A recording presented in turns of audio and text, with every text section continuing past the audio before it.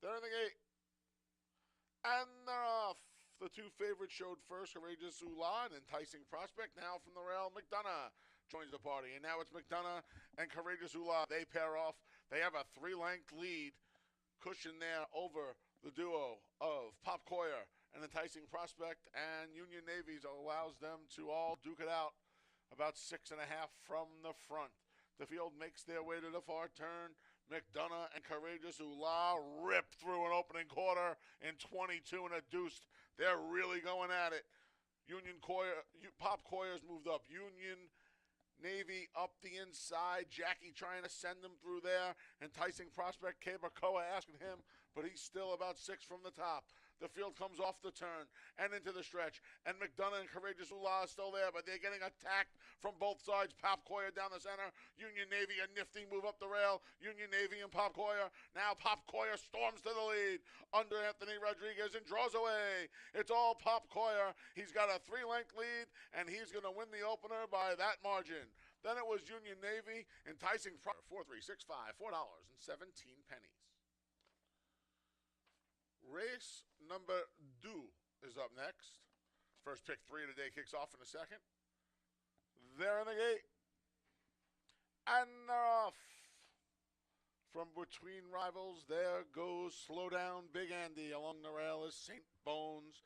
And now Watermelon Crush will be 3 wide into that first turn. The gray Pastan Polpetti moves up nicely. He's actually a little anxious there along the inside. Pastan Polpetti, there was room there for Dalton Brown. He's going to try and sneak him on through. And he's battling with St. Bones as we speak. After leaving for position early, back in third is Slow Down Big Andy, followed by Watermelon Crush. The two at the back are Tyrannosaurus Rex and on Cloud Wine. 24-4 as a speed duel develops here between the favorite St. Bones and big long shot Pastan Polpette.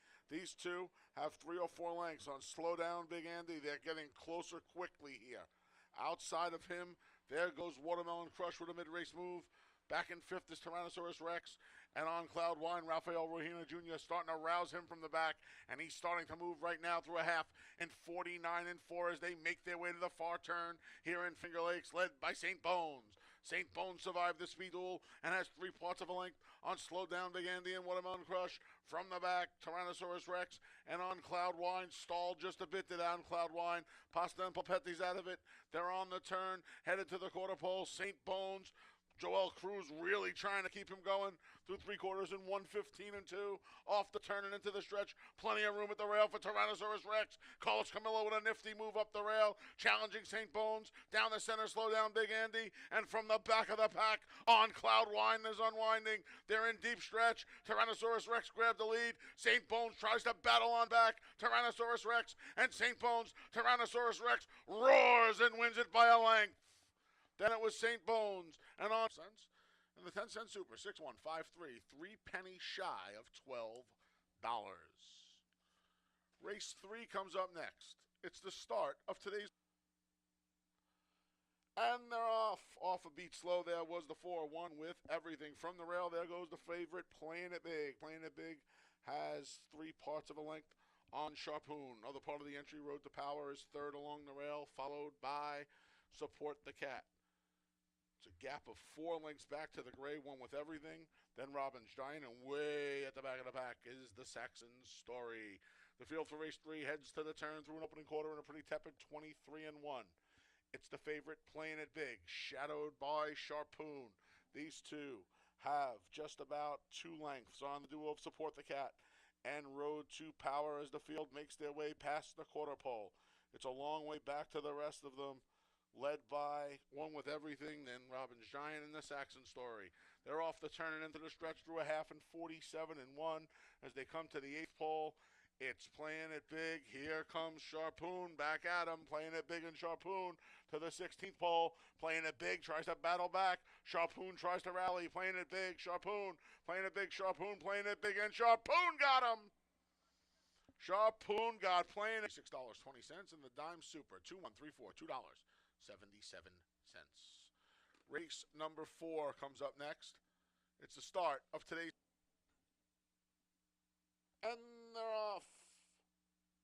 From mid-pack there, She's a Freud right to the lead. Luis Perez puts the pedal to the metal and quickly opens up a 2.5 length lead. Queen's Masterpiece and Unicorn Cake battle out for second. The favorite Ringy Dingy is fourth. She's about 4 from the front. Then Jackson Avenue and Shelley, where she likes to be, at the back of the pack. Up front, she's a Freud, a length. Queen's Masterpiece moves into second ahead of Unicorn Cake through an opening quarter in 23 flat. Back and forth is Ringy Dingy. Katie Davis gets her to the middle of the track and begins to move forward.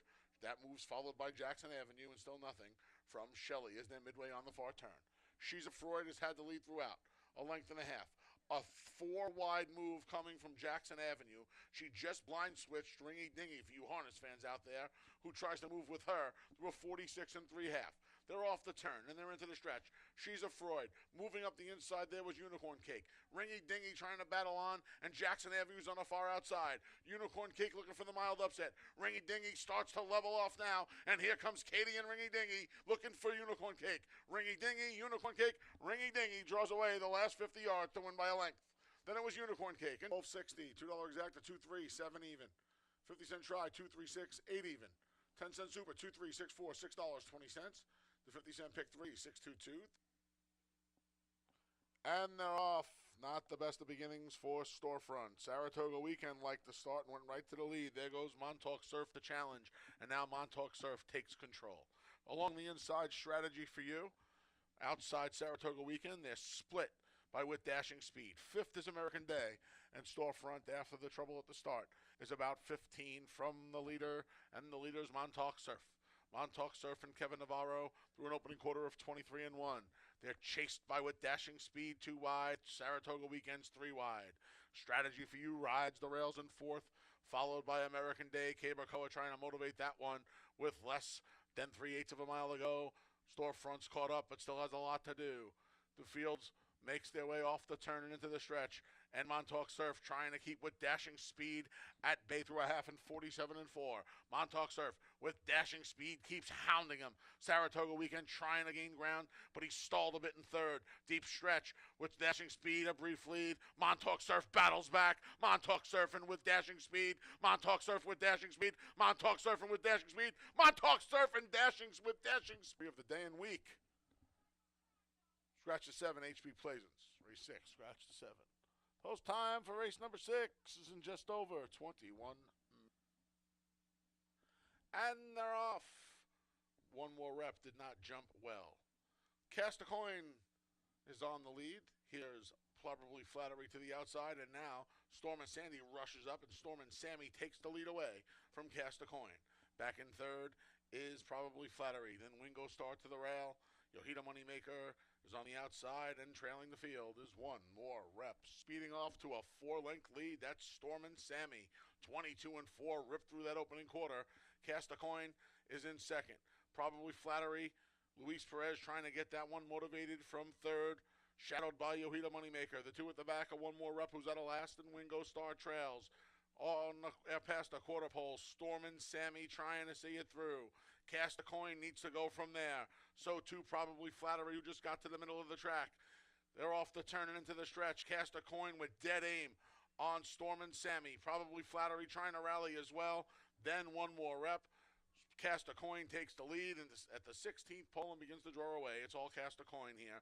Storm and Sammy, good debut, finished second. Then it was Probably Flattery. And one more rep to round out the super, $6.70. 10-cent super, 3-2-5-1, $4.02. Race 7 comes up next. Kicks off today's late double. No changes in the... And they're off. Maddie's Express and Sneeds for the lead. Far outside, there's Gandy Dancing mixing up early.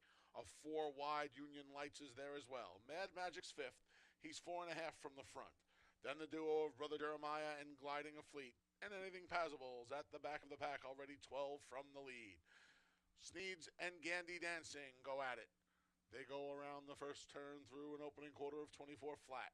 Union Lights in the catbird seat, 2.5 behind in third. It's a gap of 4 or 5 to Mad Magic, who just went by Maddie's Express. Gliding a Fleet just went ahead of Brother Jeremiah.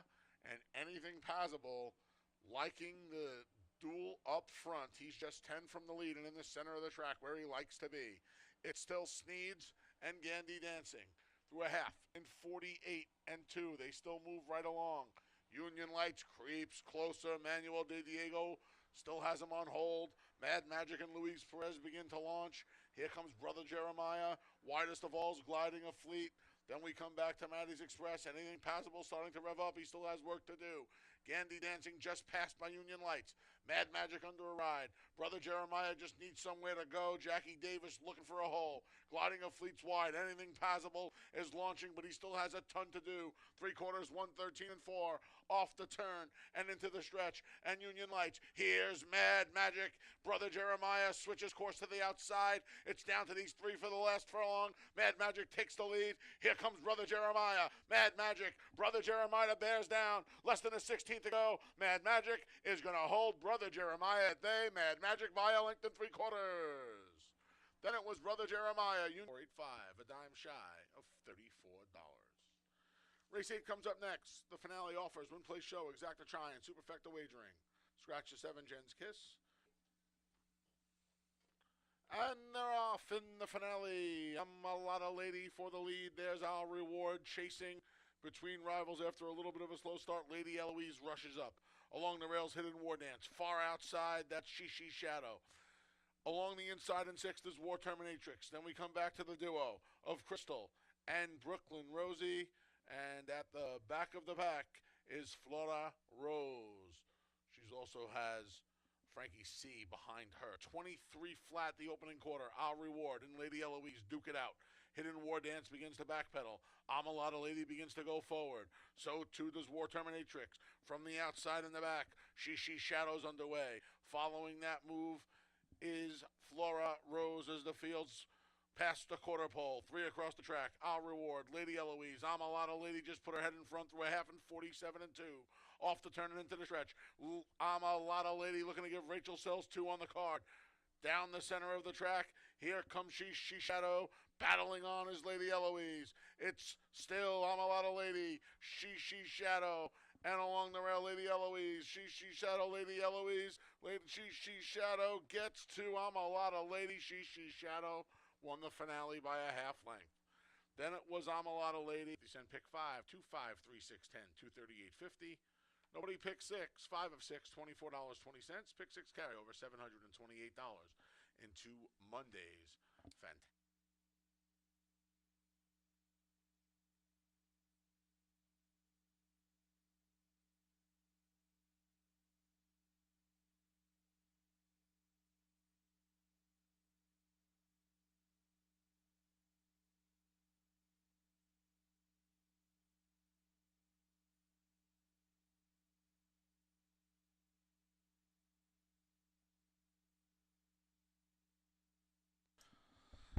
Ladies and gentlemen, to honor America, please stand for our national anthem.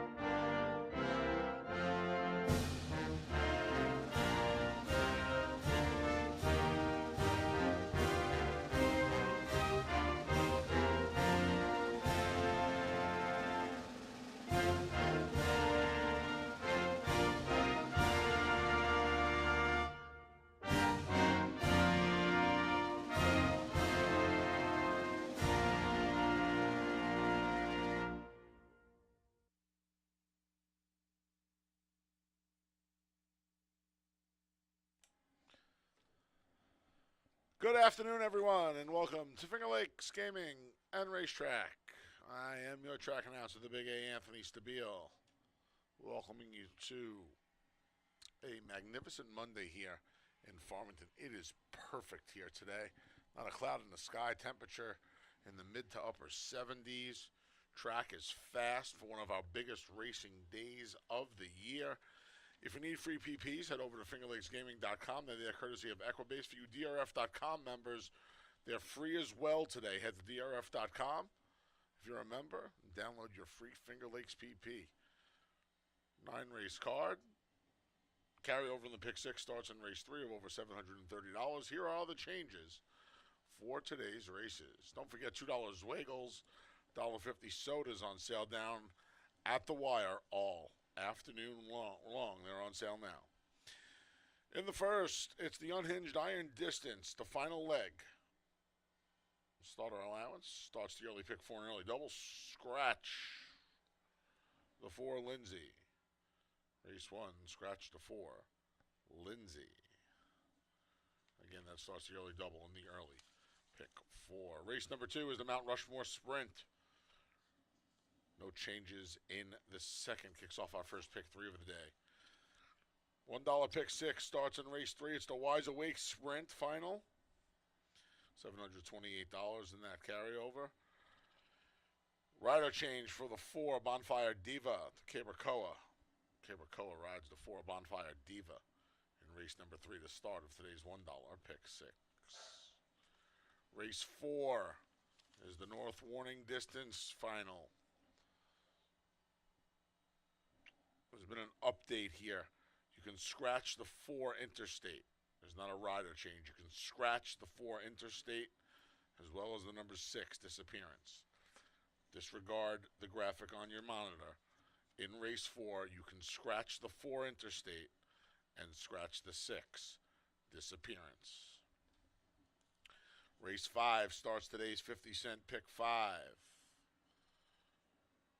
Scratch the 3. It's the Genesee Valley Breeders' Stakes. Scratch the 3, doing it the right way, and the 6, Our Man Mike. Race 5, scratch the 3, doing it the right way, and the 6, Our Man Mike.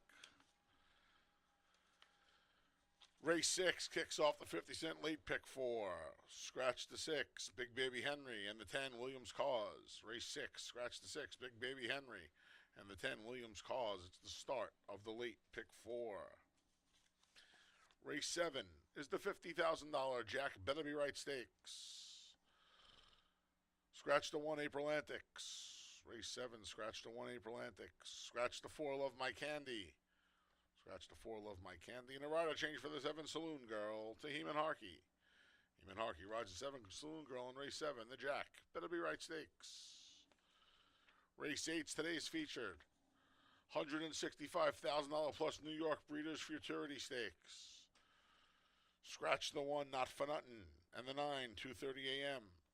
Scratch the 1, Not For Nothing, and the 9, 2:30 a.m. An additional work for the number 2, Under Whose Radar, on October 16th. Over the Belmont Park training track, he went 4 furlongs over a fast track and 49-2 breezing. That additional work for the 2, Under Whose Radar, in race 8. The $165,000 plus New York Breeders Futurity Stakes. And in the finale, race number 9, there are no changes. Once again, fast track, beautiful day here in Farmington. Temperature in the mid-70s to upper 70s. Sun is out. There's not a cloud to be found for miles. Need PPs? Head over to fingerlakesgaming.com. The Equibase version's there. If you're a DRF.com member, head to DRF.com and download your free Monday PPs for Finger Lakes.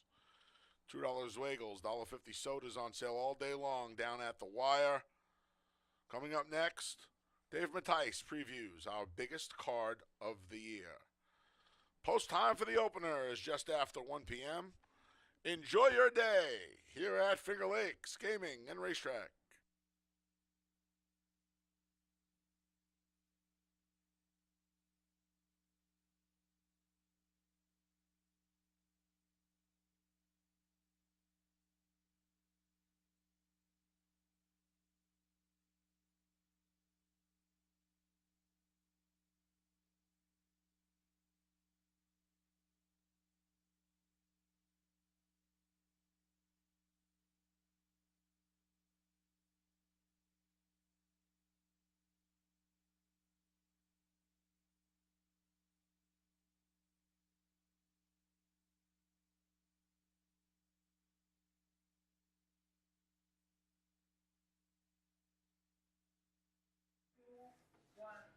And welcome everybody to Finger Lakes Gaming and Racetrack. I'm Dave Mattice. Historically, our biggest race day, not just of the year, but maybe in the history of Finger Lakes as far as the richest. It's got to be at least one of the richest. We have 3 stakes races on today's card. Got a couple good races, and then we got the Claimant Series races ending today. Minimum of $25,000 per stick. One of them is $30,000. Got 2 of the sprints and 2 of the long marathon routes, all named after former pretty good claiming horses here at Finger Lakes. But of course, the highlight of the day, our richest stakes of the season, a little bit more than the New York Derby, is the New York Breeders' Futurity. That's going to be in race number 8. That'll be the feature race. Of course, you got the route races for both the girls and the boys, just say the older girls and the older boys. The Jack Better Be Right Stakes and the Genesee Valley Breeder Stakes.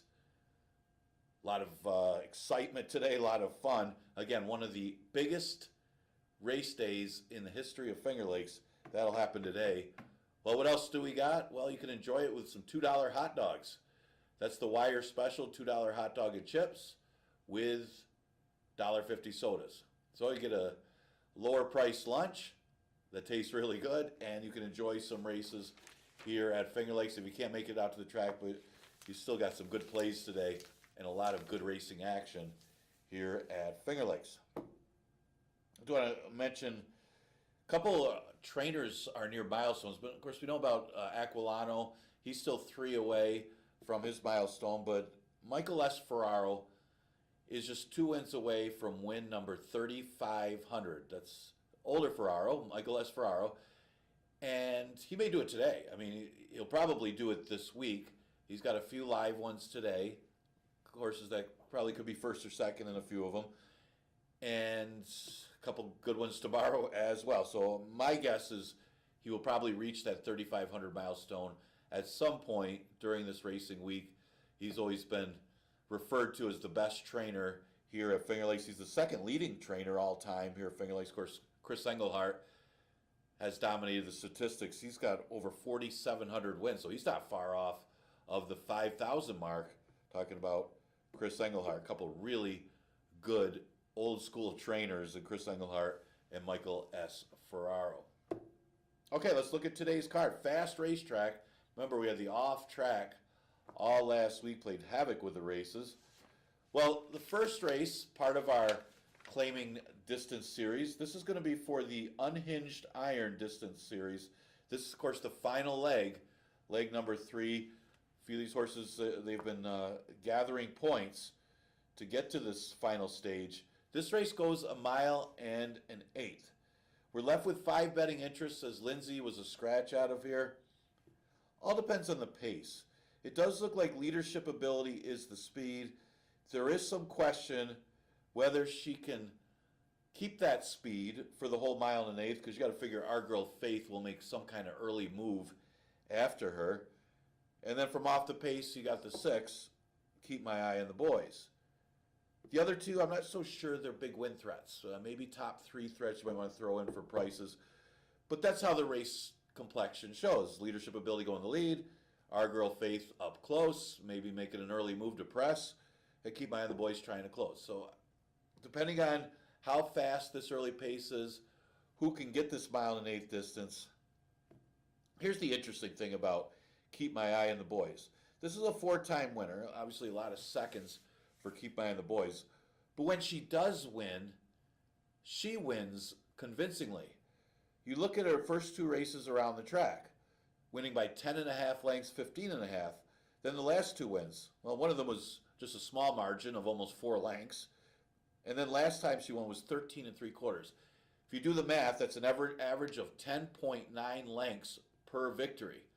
You think of yards per reception for receivers. Well, lengths per victory for Keep My Eye on the Boys is a pretty big margin. So don't be surprised if she does win. She wins by a lot, or she doesn't win. Interesting stat. Now, Our Girl Faith, her last race, not so good. Maybe it was the muddy racetrack. Maybe it was the little bit of time between races. But her previous race, she beat Keep My Eye on the Boys, going 1 mile and 16. So I thought she might be the biggest threat. boasting that win over the big rival. Again, she got beat by Clifton Punch on an off track, so I'm not so sure this one likes an off track. I know she does have 2 wins over it, but that doesn't necessarily mean she likes all off tracks, because her best recent race anyway was that fast track victory, and that was a dominant win. It was a good time, got a good number. The number is good enough to beat these, but that's the question.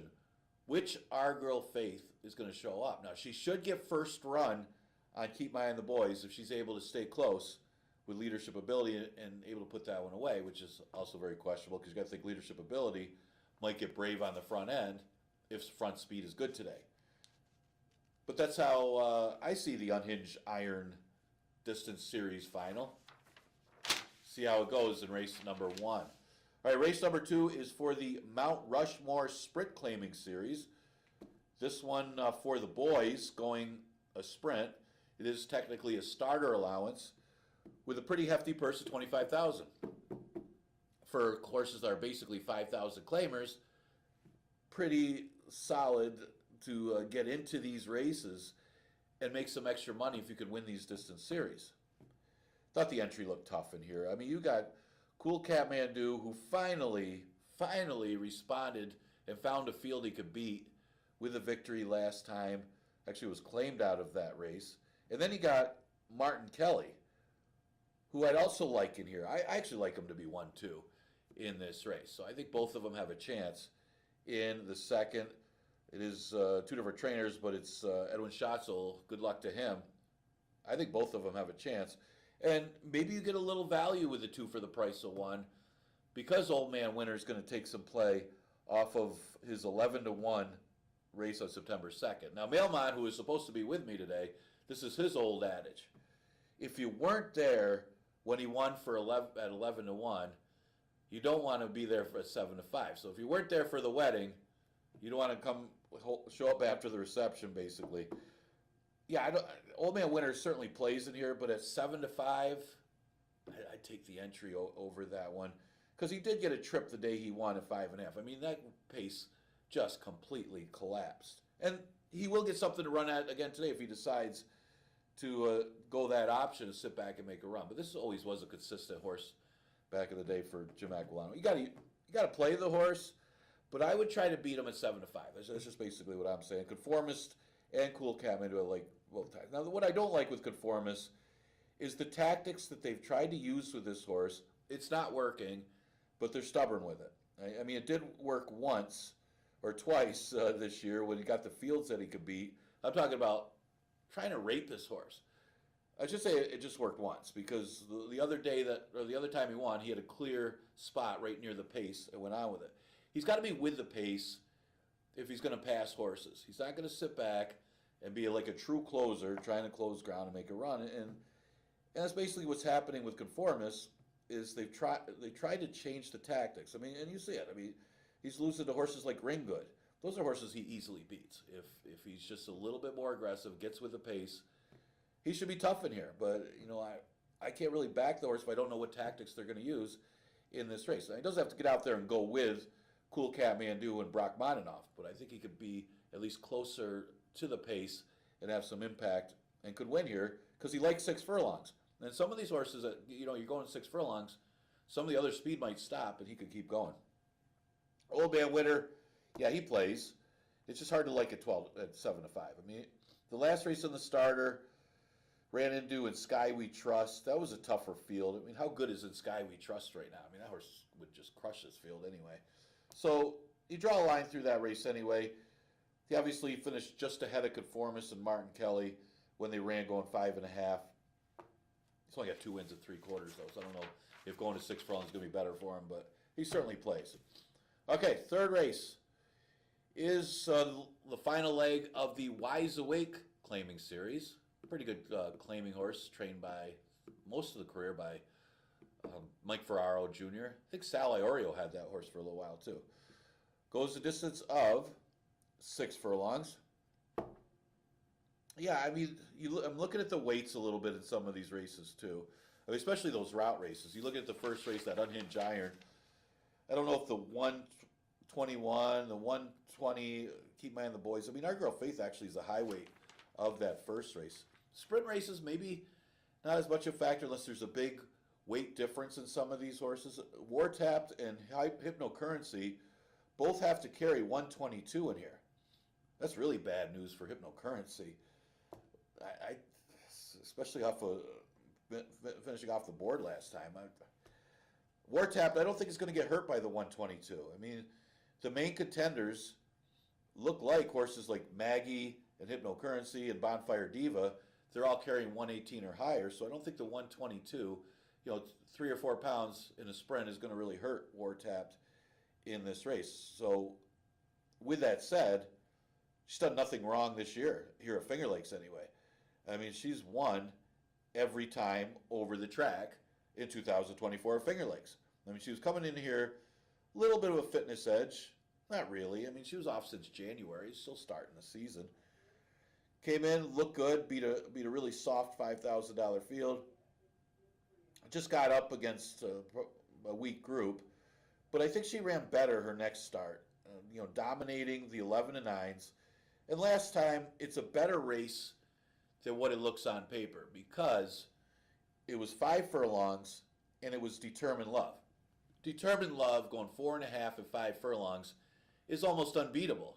She gets out there, she's the quickest claimer on the track, early anyway, and she's tough to catch until they get at 5.5, you beat her. They usually chase her down at 5.5. But at 4.5 and 5 furlongs, Determined Love has been really tough to catch. She's a multiple winner this year, very well spotted by their connections. But the one horse that was able to beat her at 5 furlongs was War Tapped, and she chased her down. That was a big effort by War Tapped, I thought, and maybe her best race of the year, even though she only won by a small margin. She's off a little bit of a layoff here. I guess it's a little concern, but I'm going to use her on top. Maggie, 5-1. It is 6 furlongs today, and I think that's her distance. It's going to be good for her, especially if she could get a good enough pace to chase. It looks like Bonfire Diva is the speed of the speed, and she's cutting back in distance. I don't know how much bottom she's going to have. She might be a dangerous speed horse in this race.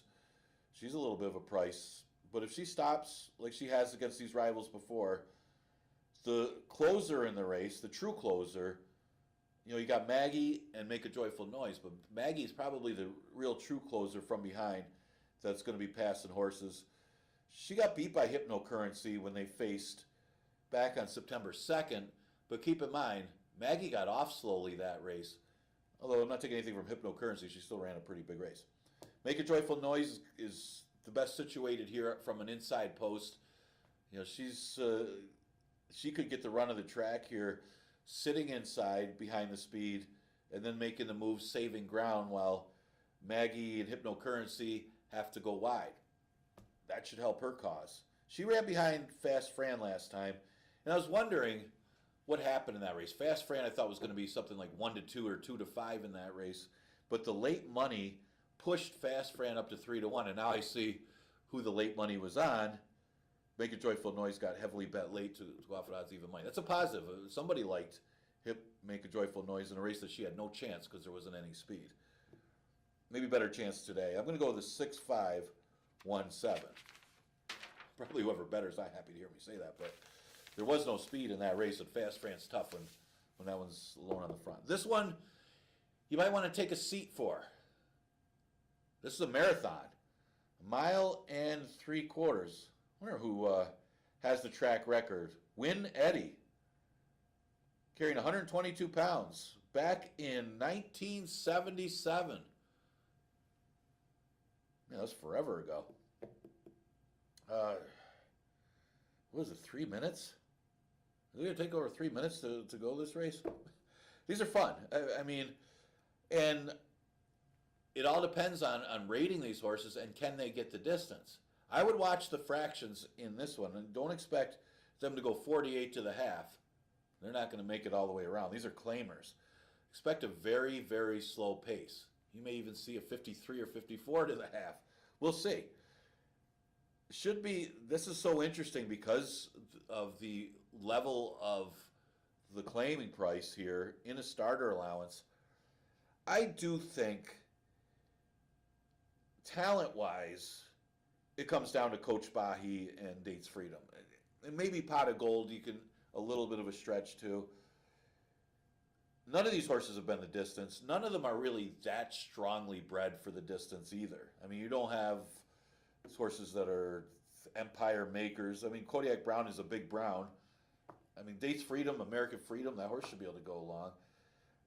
Coach Bahi's got some good breeding for route. I don't know any of them really have breeding to go 2 miles or 1.75 miles in this case, but the 120 may affect Coach Bahi here. That's one of the races where you may have to take that weight into consideration going this distance.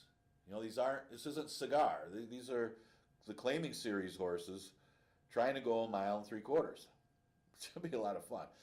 But you got to, I like the fact Kevin Navarro's on this race. Kevin Navarro is a good patient rider as far as rating horses and making one run. Now, this horse is going to have some speed. That's the other big thing. He's got the rail. He doesn't have to gun out there. He doesn't need the lead. He could just do his pace. He may be on the lead or he may be sitting second, depending on if somebody else is aggressive.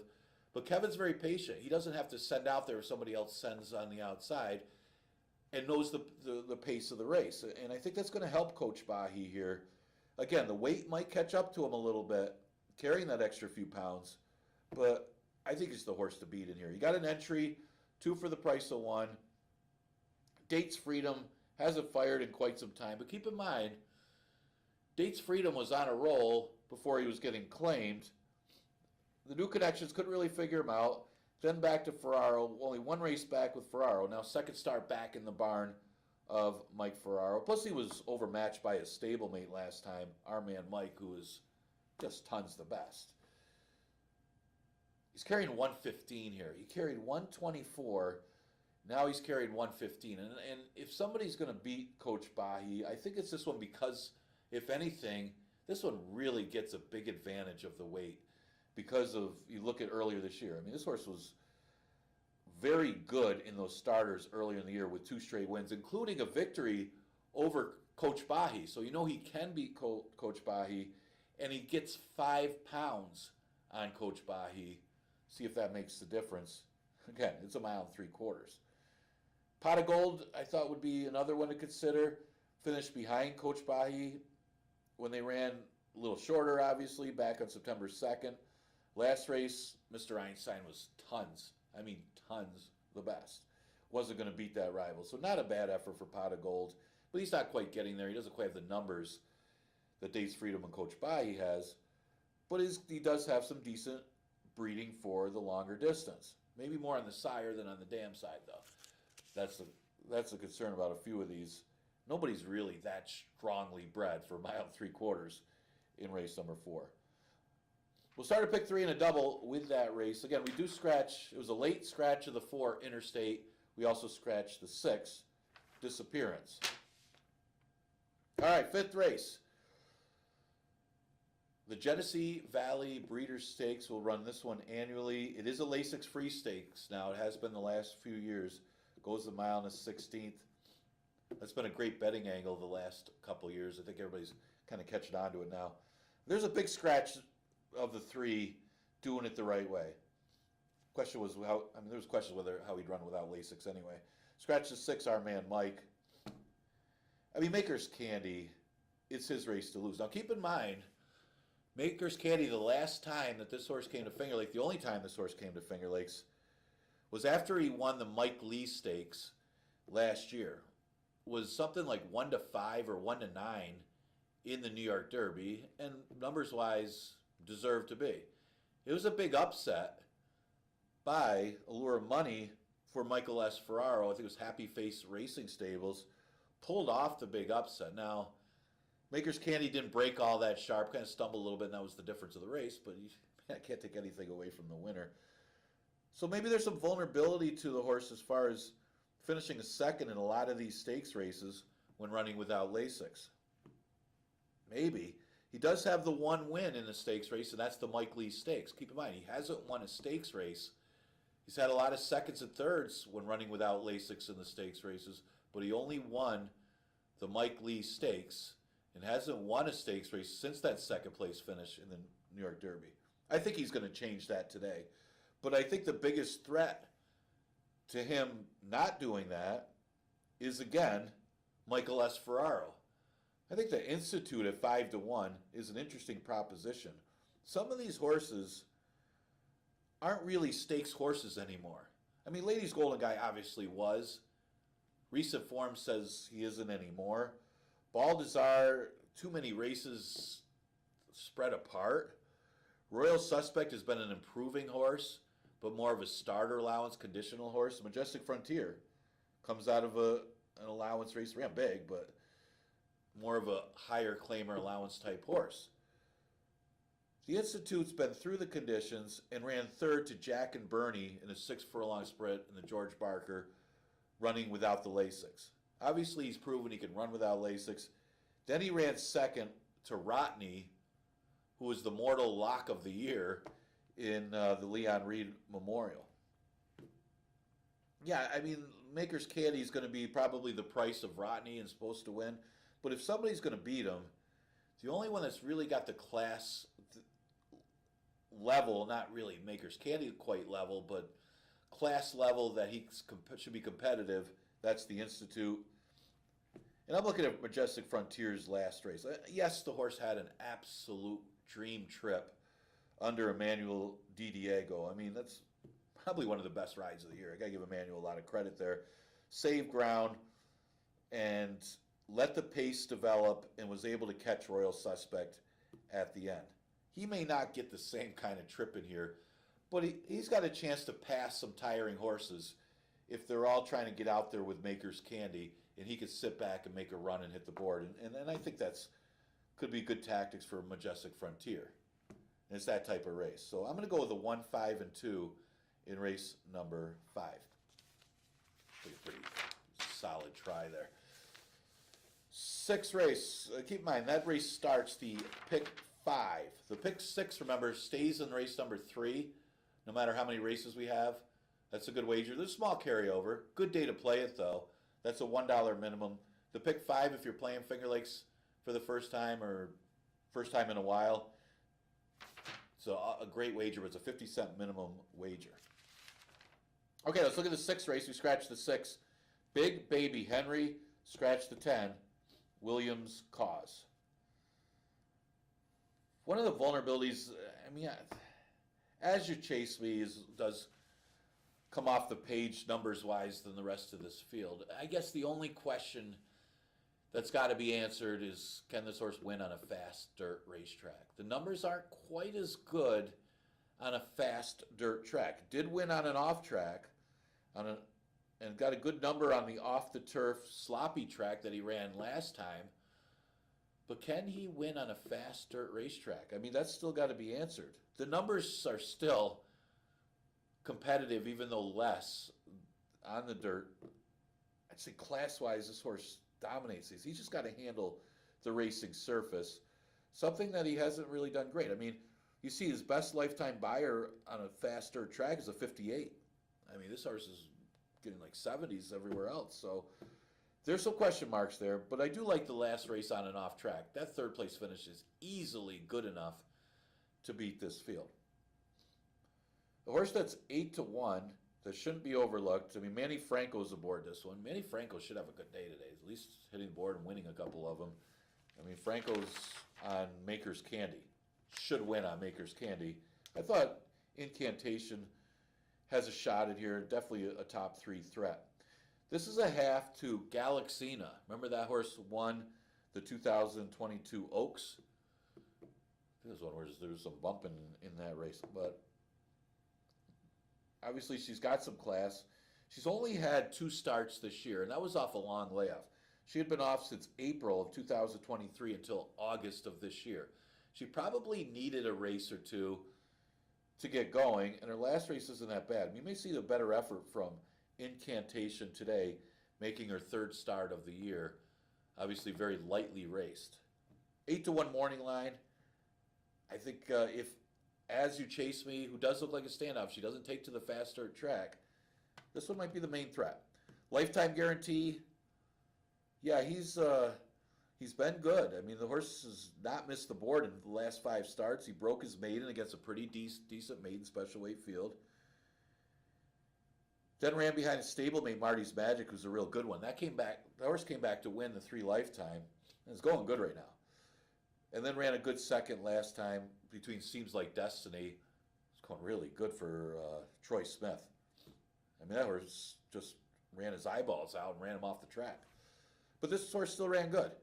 Ran a solid second, doesn't miss the board, and probably shouldn't here.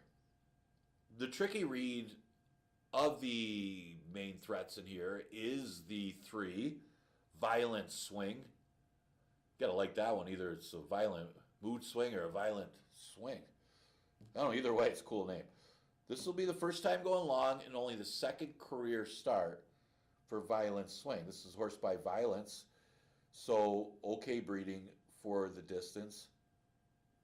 It's not great. I mean, the breeding for the route isn't great, but it is only a mile 70.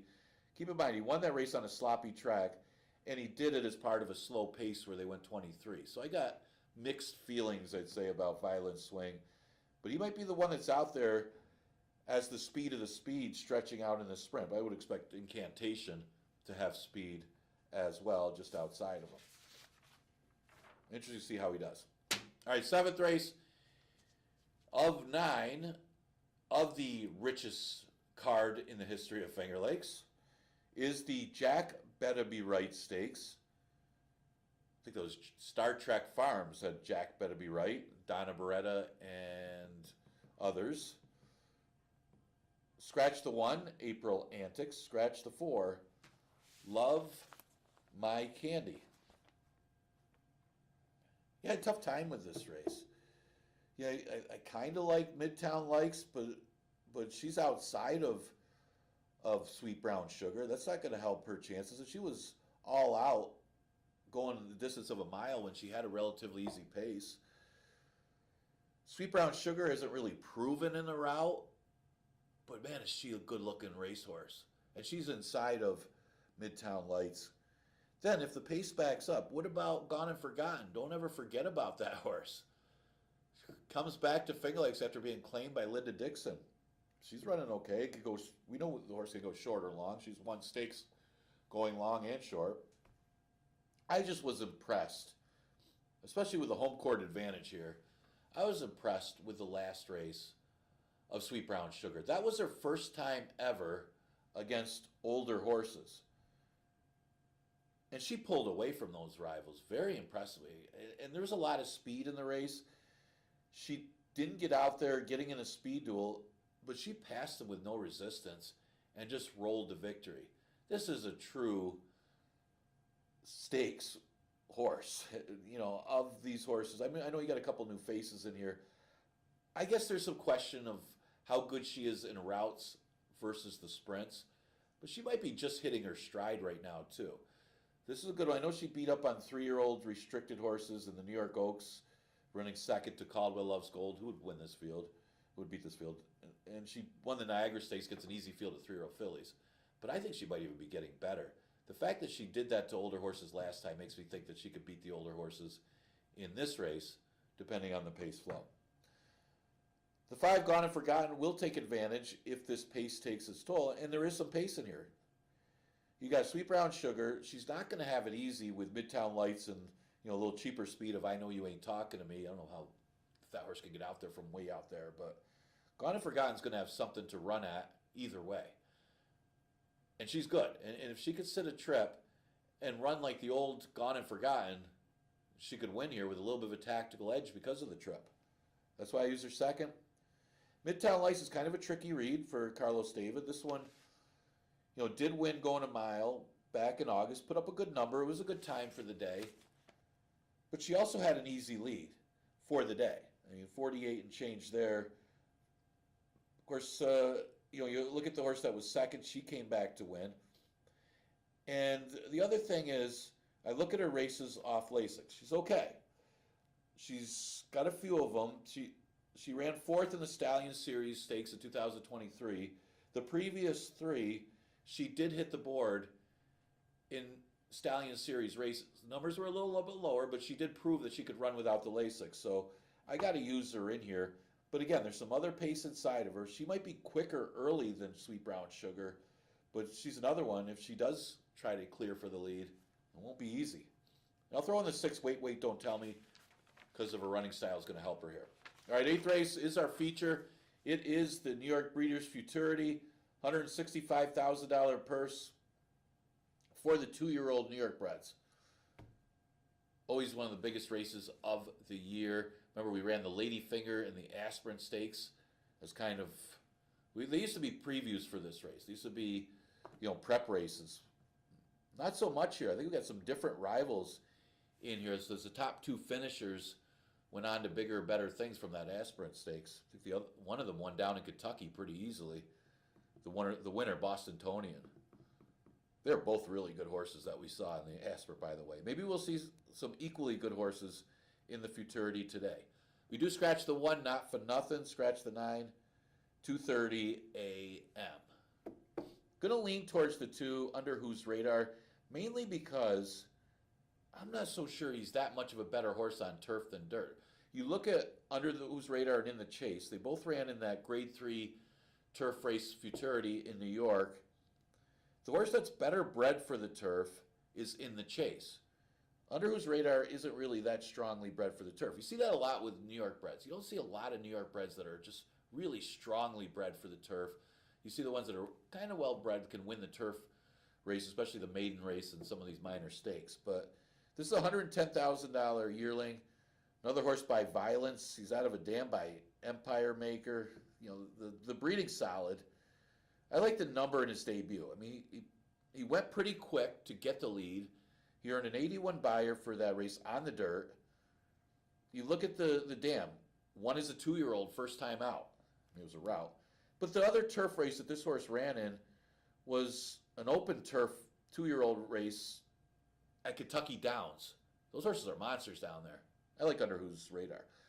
Share the Loot is a pretty interesting long shot. I'd like this horse a lot better going longer, but it's still a maiden, but we've seen maidens win this race in the past. Ran okay in his debut in New York. There's a $150,000 yearling, is a half to Baris. Baris won, was the New York Derby here, won multiple stakes races, but I'll just take a shot with Share the Loot with some good breeding, making his second career start here. I'll throw in the 4 Bold Fortune. He's only had 2 career starts, absolutely dominated maidens in a time of 1:11. This is the second foal of the dam. The first foal was a pretty good one. Ran second in a 2-year-old stake. I think it's Walk With Me. That's a foal to this one. So that Central Banker breeding's there. This one should be pretty solid contender in here. I would use all 3 of them if I'm playing pick 4s and pick 5s. And then, the 7 and 8 both play in here. I thought it was a very competitive group because of the question marks with the horses coming off the turf, with a couple horses that are just running in maiden races, could be some up-and-comers. Buddha, or Buddha, I don't know, however you want to say that one, he dominated when he broke his maiden, and he ran a good second in the BF Bongard Stakes. He plays a little bit. In the Chase, he wasn't as impressive, but it was his first career start that he won. Obviously at a slow pace. He ran okay in the Funny Side Stakes. We saw Soon to Be King come here after getting beat by Moplex, who did run third against Open Company after that race. So, he's capable as well. Pretty good, competitive, good betting race, the New York Breeders' Futurity. That's our feature race of this rich card. All right, last race. 5,000 claimer, going 5.5 furlongs. I'm going to tilt my hat a little bit. So I was supposed to get a new hat by next year. We'll have a new hat. A lot of the pony girls here said my hat doesn't look like a real cowboy hat, and they would chip in and buy me a new one. I would give them the money. Still haven't seen the hat, so I still got to wear this one when we have our big days. 9th race, 5,000 claimer, going 5.5 furlongs. Yeah, I got dropped down in the 9 Ribbons and Medals. Ran a good second behind CJ's Grand Slam, who came back sharp. That one got a freshening, couple bullet works. That's what Jimmy Wright used to do with the horse. And he saw the response to CJ's Grand Slam, just sent to the front, and was much the best. Off the good effort, I guess that's a concern. Off the good effort, he drops in class to 5. And it's good $5,000 field. But I think off that second place finish, he's the horse to beat. Caber Koa stays with this one. That's also a positive. Like him on top. John's protege may have needed the last race. The money showed, but this horse had been off since December. So, and he had a tough outside post. He goes outside to an inside post in the 3 post. Second start off that layoff. Should be sharper plays. Peruvian Boy, I don't like the post. I don't think this horse broke all that well last time. It was making up a ton of ground late. I thought he was best, actually, with the amount of ground that he was making up. But I think he was a little slow at the start, and that's where he was in bad position to make the run. But he's got to break better today at 5.5 from that post. And then I'll throw in the 4 Drossel Diem for a long shot. This horse may have lost his speed, but maybe one of these days we'll see this horse shoot out there. I mean, Double Vision's the speed of the race. Double Vision will probably stop. The best of the speed, if he does show his speed, is Drossel Diem to maybe hang around and add a little value to your Try and Super in today's last race. Enjoy today's card. If you're betting from home, make sure you get involved in the Pick 5 and the Pick 6 with all these stakes races and, of course, the Claiming Series finales. Our stakes races are the Jack Better Be Right Stakes. We got the Genesee Valley Breeder Stakes. Of course, our feature race is the New York Breeders' Futurity. That's going to be race number 8. Also, if you're here on track, we got a $2 hot dog special up at the wire. So enjoy the day. I'll be back tomorrow as we got another race card with a 1 o'clock first post.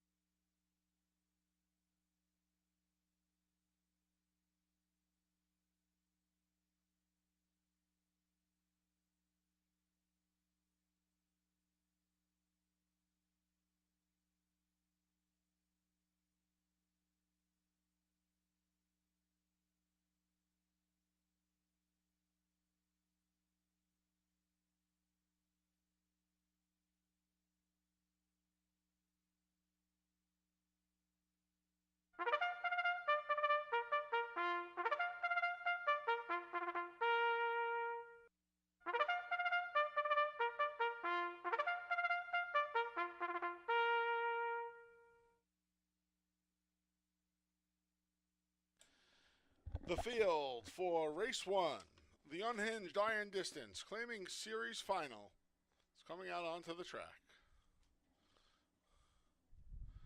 Here's the one, Quiet Horizon, with Anthony Rodriguez. The two is Clifton Punch with Heeman Harkey. The three is Our Girl Faith.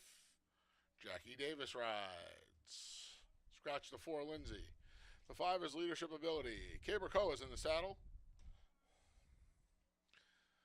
And the six is Keep My Eye on the Boys with Andre Wari. That's your field of five. They'll go a mile and an eighth. And welcome to our biggest day of the year here at Finger Lakes. I'm your track announcer, handicapper, Big A Anthony Stabile, joining you today.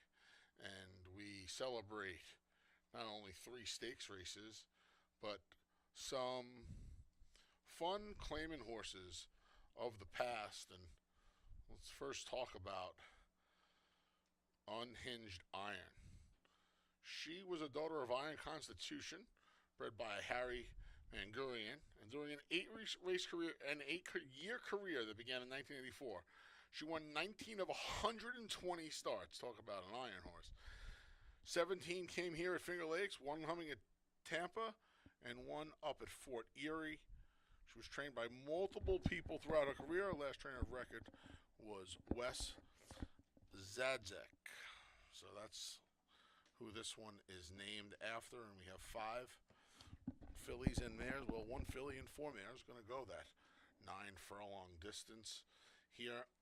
We'll start the day with the Ferraro barn, senior to be exact here, and our leading rider, Caber Koa, is aboard Leadership Ability, and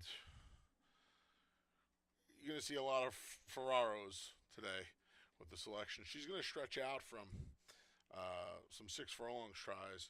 She's been good in her races going along. 3 races going 2 turns this year, a win, a second, and a third, mostly against open claimers.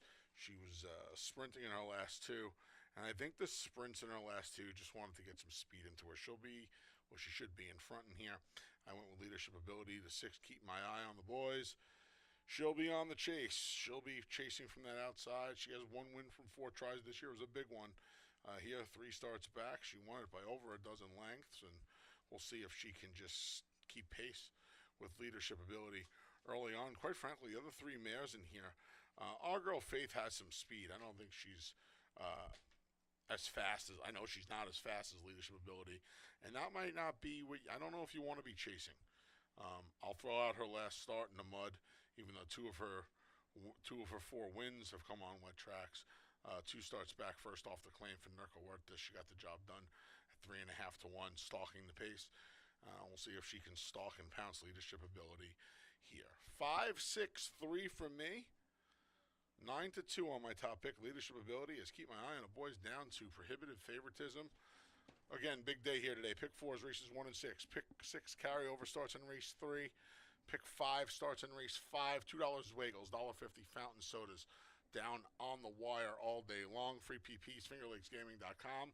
If you have a DRF account and you're a member, head over to drf.com. Those PPs are free as well. Play along, jump in today. Have a great day.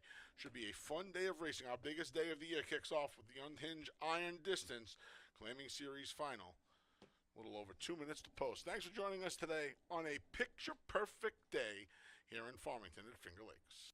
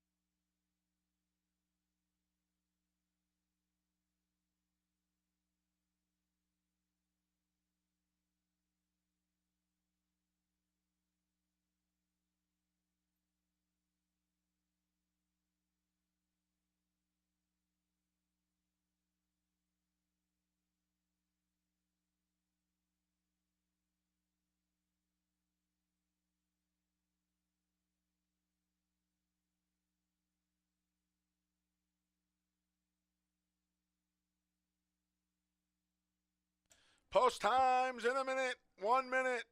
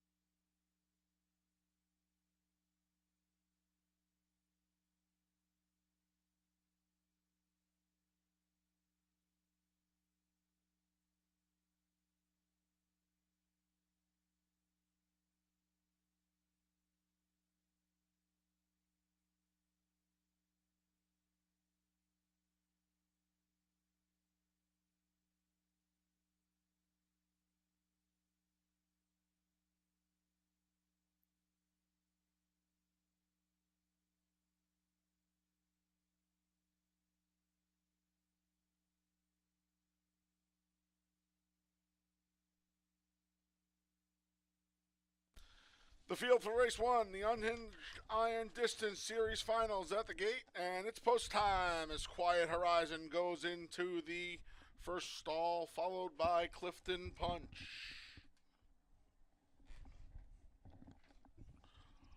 Our Girl Faith goes in next.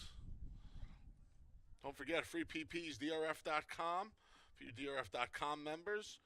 FingerLakesGaming.com here at Finger Lakes. Leadership Ability goes in, and here's your prohibitive favorite. Keep my eye on the boys. The last to load. They're in the gate.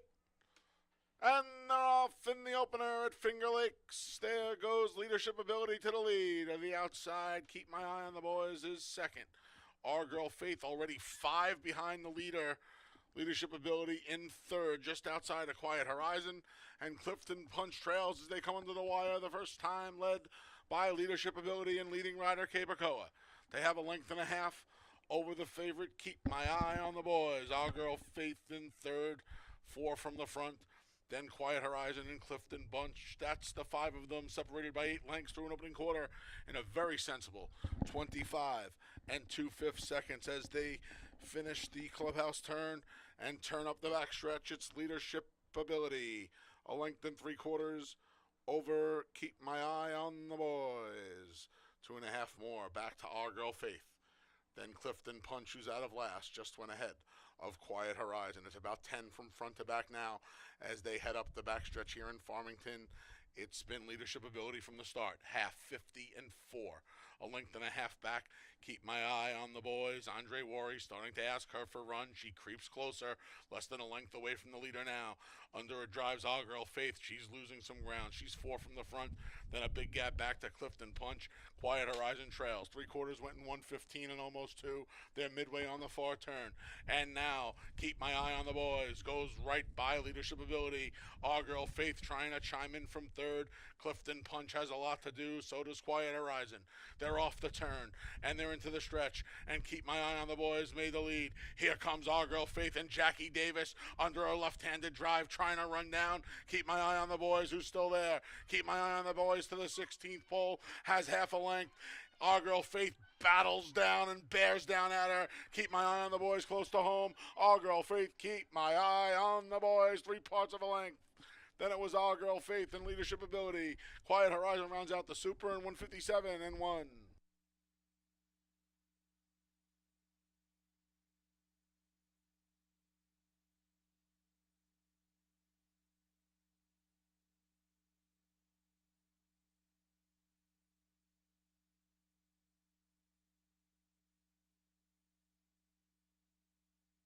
Number 6, Keep My Eye on the Boys was first. 3, Our Girl Faith second. 5, Leadership Ability third. 1, Quiet Horizon finished fourth.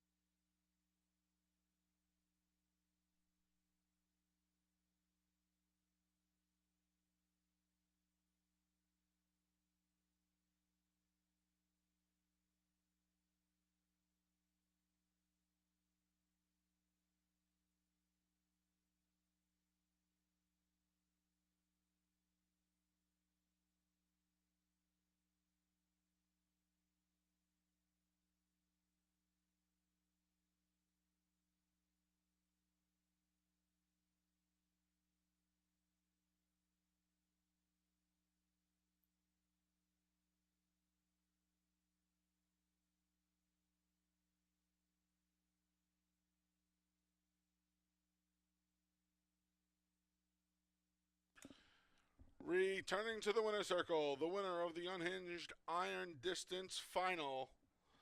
It's Keep My Eye on the Boys. The 8-year-old mare is the daughter of Boys of Toscanova out of the street cry mare Keep Right, a New York bred. Keep My Eye on the Boys is owned by My Purple Haze Stables, trained by Chris Englehart, winning rider Andre Worry.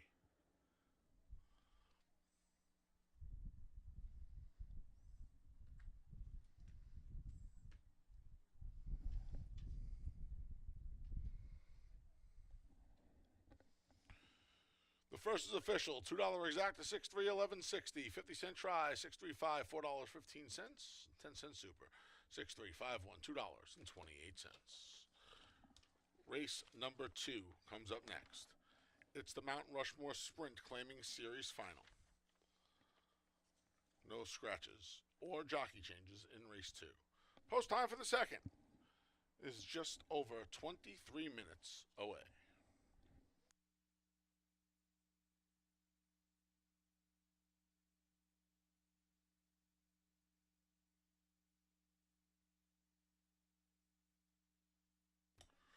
Down in the winner's circle are our longtime clerk of scales, Jack Keller, and our director of racing, Todd Height, making a presentation to winning rider Andre Worry.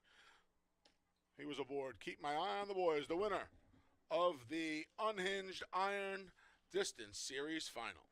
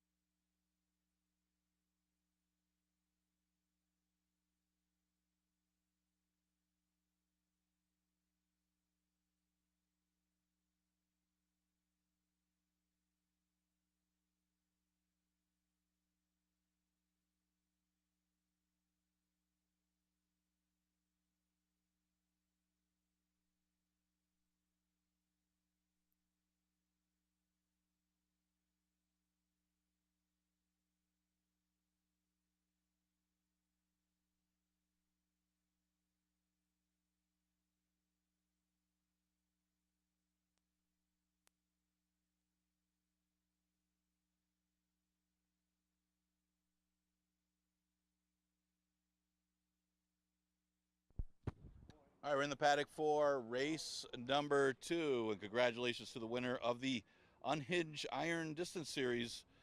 Keep my eye on the boys. Andre Worry aboard for that victory for Chris Engelhart and my Purple Haze stable. Came down to the main 2 contenders of Keep My Eye on the Boys and Our Girl Faith. It was a good finish between the 2 of them. Actually, Keep My Eye on the Boys kind of got revenge on Our Girl Faith, who beat her back on September 2nd. She was able to hold her off today. But the 2 rivals run 1-2, so no big surprises in the finale of that one. Well, let's see what happens here in the Mount Rushmore final leg. This one goes 6 furlongs. And looking at the board, no surprise that the entry is going to get some action. You got 2 for the price of 1 for this Ed Schatzel entry, the Cool Cat Mandu and Martin Kelly. Amy Albright will have the 1. This one was claimed for $5,000 off Mike Ferraro last race and Happy Face, but Martin Kelly has been going good, but he ran into In Sky We Trust in a really tough version of the starter allowance last time as well. His last couple races haven't been as good, but he's also been against much tougher than what he faces here. So I think Martin Kelly would be the beneficiary if this pace does take its toll for the 6 furlong distance. Cool Cat Mandu's the speed of the speed.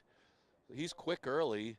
I mean, he kept dropping and dropping, trying to find the level and field he could beat. He found it last time, and I don't think this field is much tougher than the field he just beat. So you got pretty strong entry here for Ed Schatzel of Cool Cat Mandu and Martin Kelly. Looking to the outside, you got Conformist. They keep trying to turn this one into a closer, but he's one that likes to be involved early. And when he runs his race, he'll beat these. He's got 5 of his 9 wins at 6 furlongs.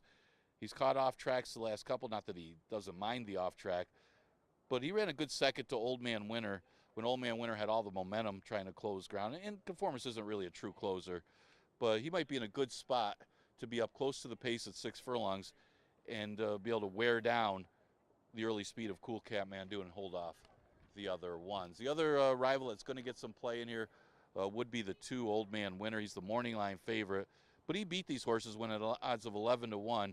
He certainly got the trip, rallying up the inside as the pace backed up. If he could get a similar trip as that one, he's got the rail again, so it's the same scenario with the same type of competition. Maybe he can perform that again, but it's not a horse you'd like at 7-5, but maybe a horse you got to consider at odds of 7-1. Exacta Tri Super Daily Double and Pick 3 starts in race number 2. It's the finale of the Mount Rushmore Sprint Claiming Series.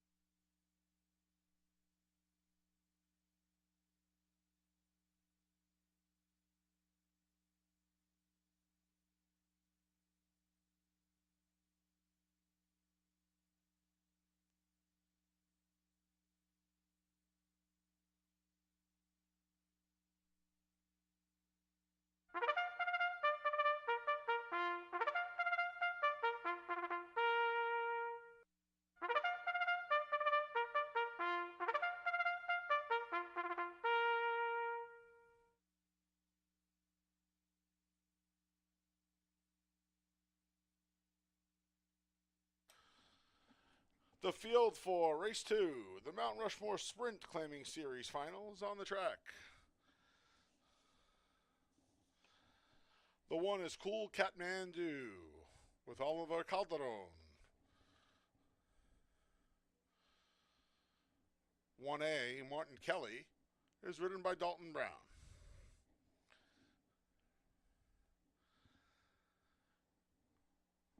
The 3 is Rachmaninoff with Jeremiah Flores. The 4 is going to be Dancing with Heeman Harkey. The 5 is Conformist with J.M. Rohina. And out on the clubhouse turns the 2, Old Man Windsor with Michael DeVilla Jr. All right, the Mount Rushmore. Mount Rushmore named after a horse that started his career in 1982 out at Arlington Park. Son of Norcliffe made his debut at Finger Lakes on June 16, 1985, and became a terror, winning 6 in a row. He ran second in his next 2 starts before winning another 5 in a row. Trained by Michael S. Ferraro, Mount Rushmore won 18 of 27 starts here at the Thumb, and for his career was 28 for 66, with over $112,000 in earnings. That's what this one's named after. I don't know if Mount Rushmore had speed or not. I know Rachmaninoff does, and that's why I picked him here. I think he is the speed of the speed. If anybody can stay with him, it's part of the heavily favored entry, and it's Cool Kathmandu, who we'll get to in a minute. But Rachmaninoff, when he gets to lead and he gets to lead by himself, he's just a different horse. He looks it on the racetrack, and his results show. When he's hooked, there's trouble. I think he's going to be able to get clear today. I think Jeremiah Flores, who partners him the most and probably the best, is just going to put him in front at all costs here and get to the top. I went with the 3, Rachmaninoff, the 1, Cool Kathmandu. First off the claim from Michael S. Ferraro, was closing in, by the way, on 3,500 career wins. What a number.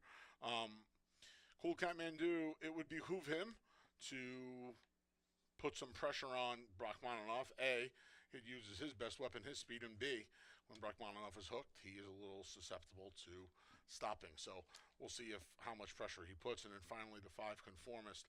He gets to see how it all shakes out. He'll be coming late. This is what he does. He needs a little bit of a meltdown. I don't really trust the other closers in here. I know Old Man Winter was the morning line favorite. I didn't think that was ever happening, and he's just been too sporadic for me the second half of the season up here at Finger Lakes. But I think if somebody comes running, it'll be Conformist. 315 from me. Best of luck here in race 2. Don't forget, free PPs, fingerlakesgaming.com. DRF.com members. PPs are free today as well for DRF.com members. Just go to DRF.com. Best of luck in the second. It kicks off our first pick 3 of the afternoon.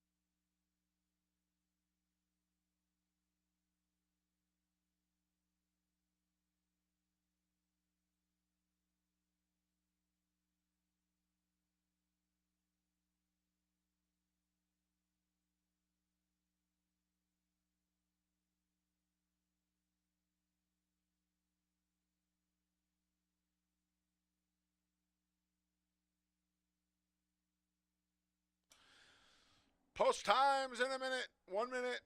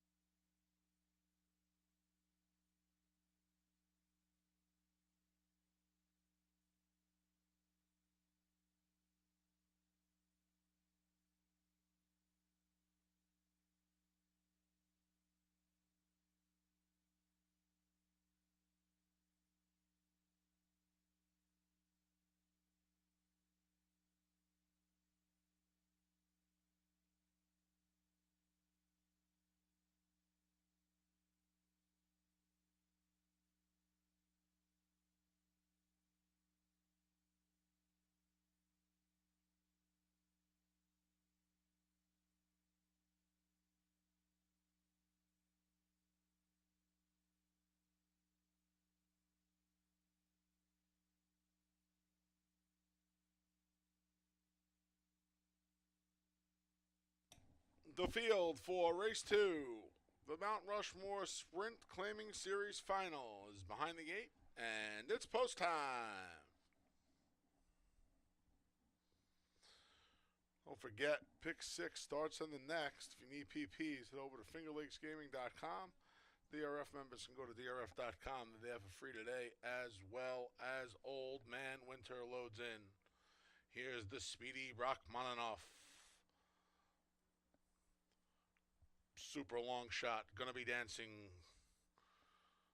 Here's Conformist. The entry will load into the outside 2 stalls. Cool Kathmandu. And Martin Kelly is the last to load. They're in the gate. And off in the Mount Rushmore. There goes Rachmaninoff right to the lead. Cool Kathmandu is going to try to stay with him in second. Then we come back to Conformist, who settled in nicely to third. The pair of Old Man Winter are going to be dancing to the inside of Conformist, and the trailer is Martin Kelly. The speed duel's developed. Rachmaninoff a neck. Right at his throat latch is Cool Kathmandu through a 22-3 sizzling opening quarter. Up the inside, Old Man Winter looks for room. Chasing to his outside is going to be dancing from the back. Here comes Martin Kelly, the other part of the entry, as Conformist trails. They're on the far turn. Rachmaninoff trying to keep Cool Kathmandu at bay, and he just got away by a length. They went the half in 45-3, and Rachmaninoff comes off the turn and into the stretch and has a 2-length lead. He appears to have dispatched Cool Kathmandu. Old Man Winter trying to run down Rachmaninoff on a perfect fall day to the 16th pole. Rachmaninoff's on his hands and knees. Old Man Winter trying to huff and puff him down. Rachmaninoff, Old Man Winter, Rachmaninoff held. Old Man Winter was second best today. A late rally from Martin Kelly for the Shodo in 1:12-4.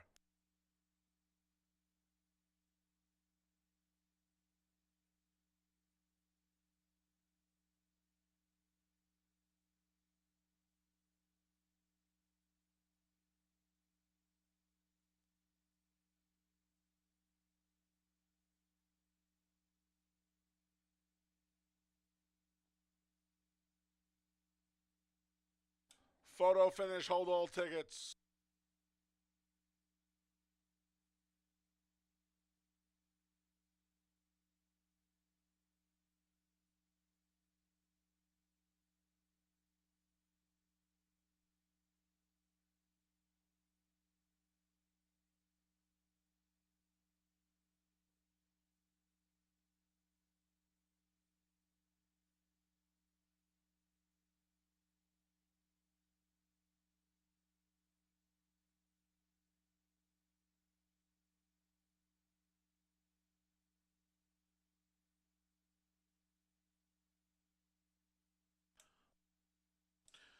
Please disregard the graphic on the screen now.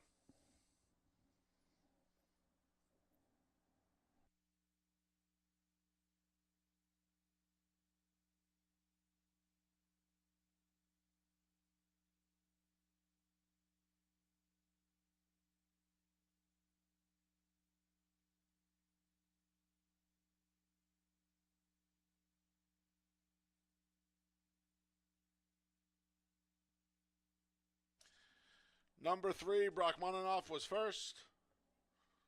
2, Old Man Winter second. 1A, Martin Kelly third. 1, Cool Catmandu fourth. For superfecta purposes, the 5, Conformist, was fifth. Superfecta numbers 3, 2, 1, 5. Returning to the winner's circle, the winner of the Mount Rushmore Sprint, claiming series final, the number 3, Brockmaninoff.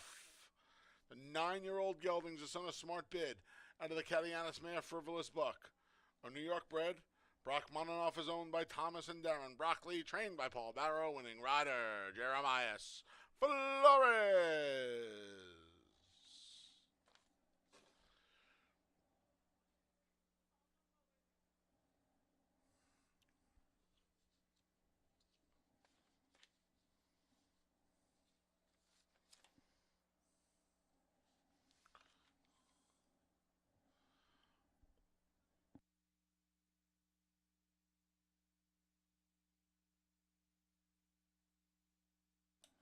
$2 double 6-3, $29.80. $2 exact to 3-2, $55.50. 50-cent try, 3-2-1, $21.25. And the 10-cent super, 3-2, $1-5, $7.27. Down in the winner's circle, a presentation being made by our longtime clerk of scales, Jack Keller, and our director of racing, Todd Height, to Jeremias Flores, the rider, and Paul Barrow, the trainer, of Brockmaninoff, winner of the Mount Rushmore Sprint, claiming series final. Race 3 comes up next. It's the start of today's $1 Pick 6. And today's Pick 6 features a carryover, $728. Here are the changes for the remaining races.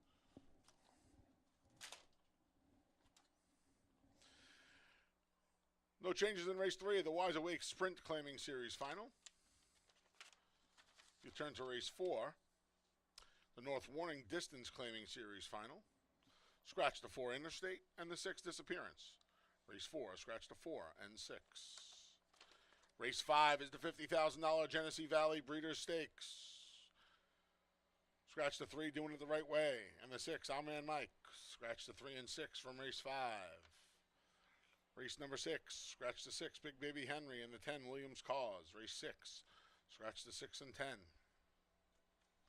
Race 7 is the $50,000 Jack Better Be Right Stakes. Scratch the 1, April Antics, and the 4, Love My Candy. Race 7, scratch the 1 and 4. A rider change for the 7, Saloon Girl, Laheem Harkey. Harkey rides the 7 in race 7. Race 8 is the $165,000 plus New York Breeders' Futurity Stakes. Scratch the 1, Not For Nothing, and the 9, 2:30 a.m. Scratch the 1 and 9 out of race 8. And there are no changes out of the finale, race number 9. Post time for the 3rd. The Wise Awake Sprint claiming series final. This one for the fillies and mares. Set to go to post in just over 24 minutes. Don't forget, folks, $2 Wagles, $1.50 fountain sodas all day long. Down at the wire. It's on the 3rd floor. $2 Wagles, $1.50 fountain sodas all day long here at Finger Lakes Gaming and Racetrack.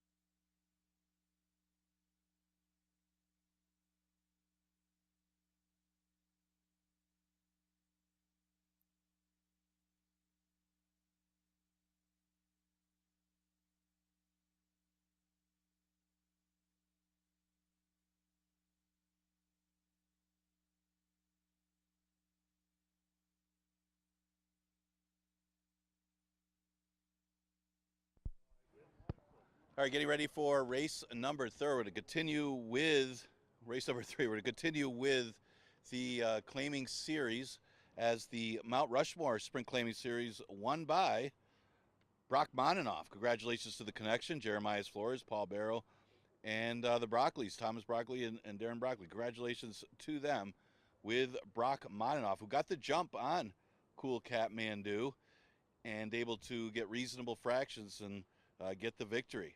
Of course, been an honest horse when he's able to make the lead, was able to outbreak Cool Cat Mandu today. They'll start off the pick 3. All right, third race is the Wise Awake Sprint Claiming Series. This for the girls. This starts the $1 pick 6, another competitive race. Start off with the 6 War Tapped. Well, she's got a win streak on the line. She is undefeated in 2024 at Finger Lakes. She's won 4 in a row. Beat up on a couple easier fields, but then looked good in victory, going 6 furlongs back in July. Followed it up by chasing down Determined Love. Now, Determined Love is a short distance specialist. Anything over 5 furlongs, you can catch her, but 4.5 to 5 furlongs. I think she was even involved in one of those 2 furlong races down south.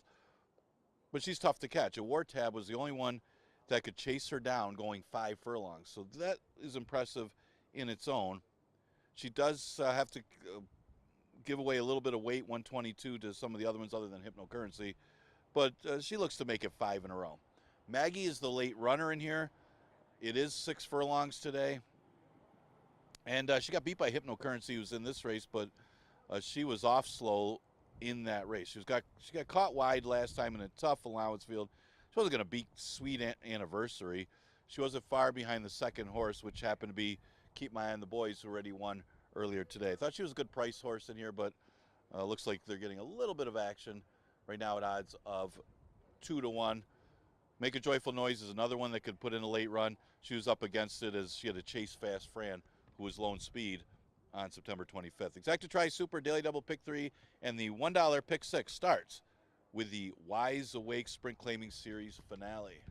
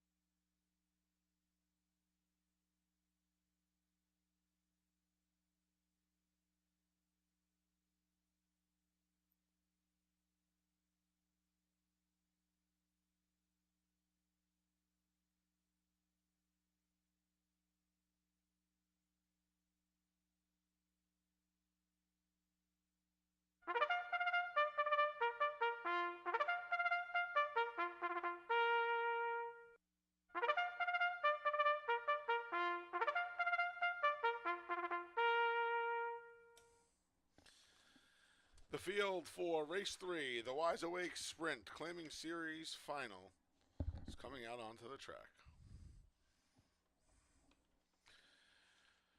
The 1 is Make a Joyful Noise with Emmanuel De Diego. The 2 is Tasty Wave with Heeman Harkey. The 3,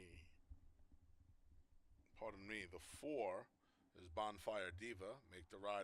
Please note the rider changed to caber color. The 5 is Maggie. Andre Worry looks for a riding double. The 6 is War Tap with Luis Perez.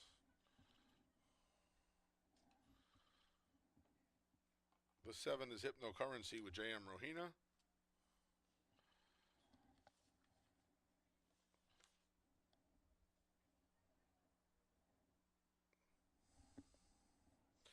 And there's the 3 Ramon with Jackie Davis. Pick 6 time.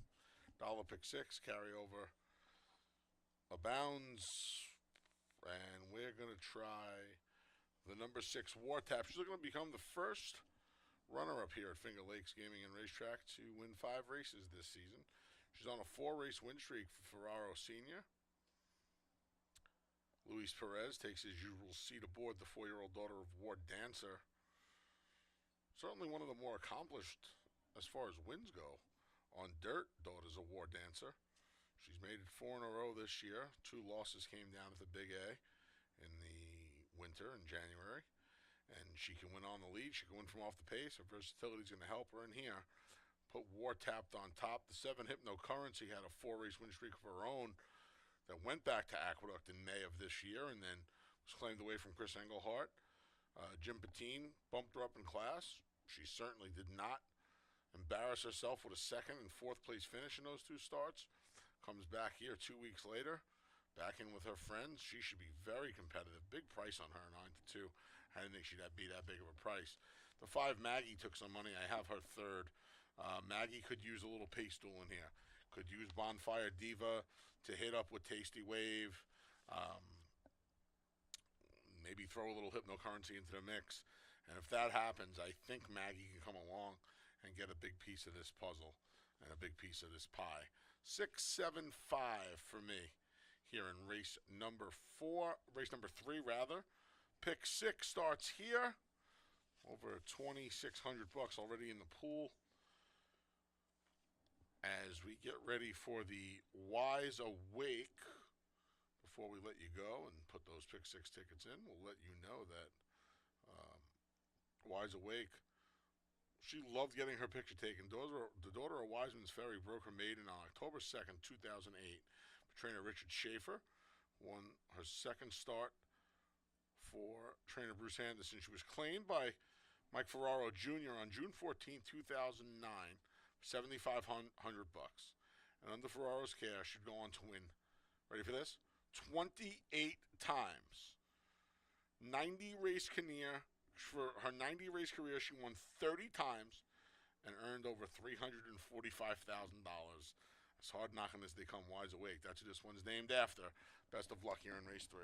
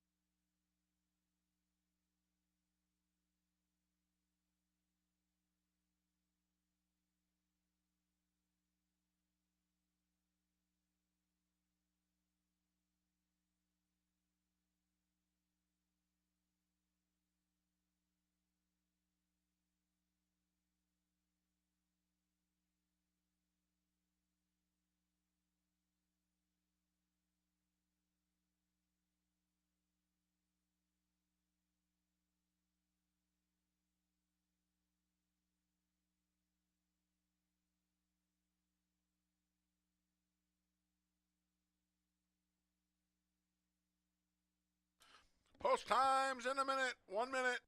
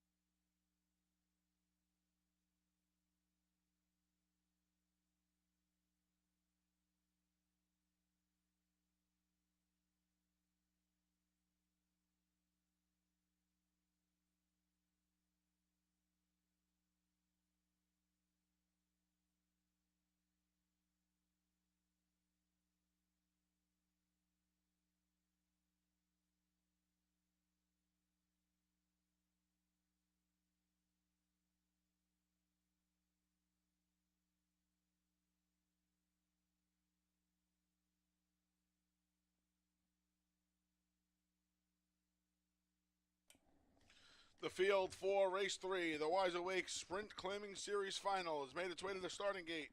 And it's post time as we start today's $1 pick 6. Make a joyful noise, the first to load in.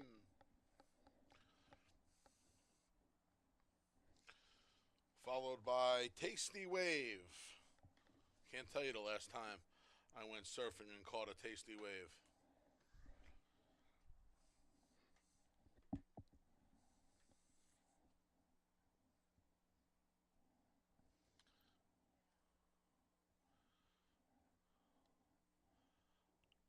Ramon goes in.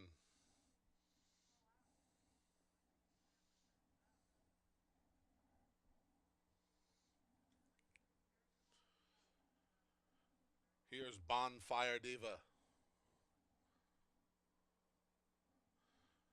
Maggie goes forward. Your favorite War Tap. She's looking for 5 in a row here at Finger Lakes in 2024. The last to load is Hypnocurrency. They're in the gate.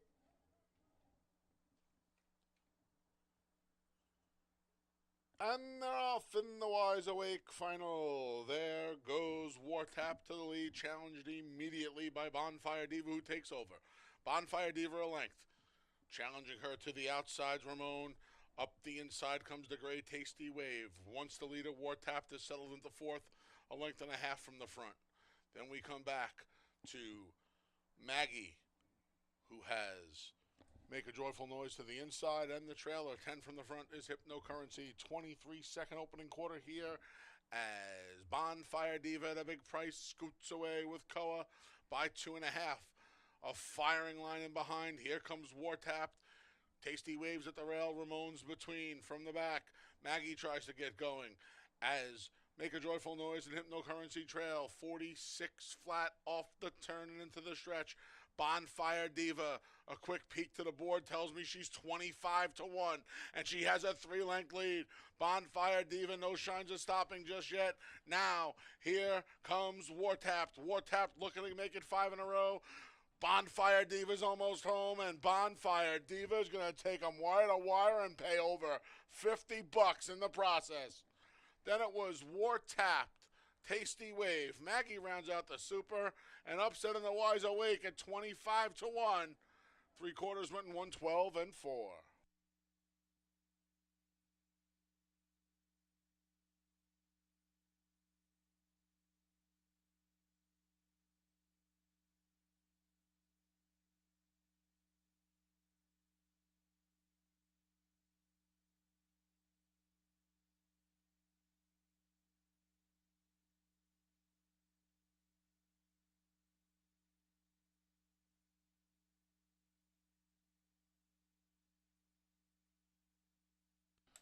Number 4, Bonfire Diva was first. 6, War Tap second. 2, Tasty Wave third. 5, Maggie finished fourth.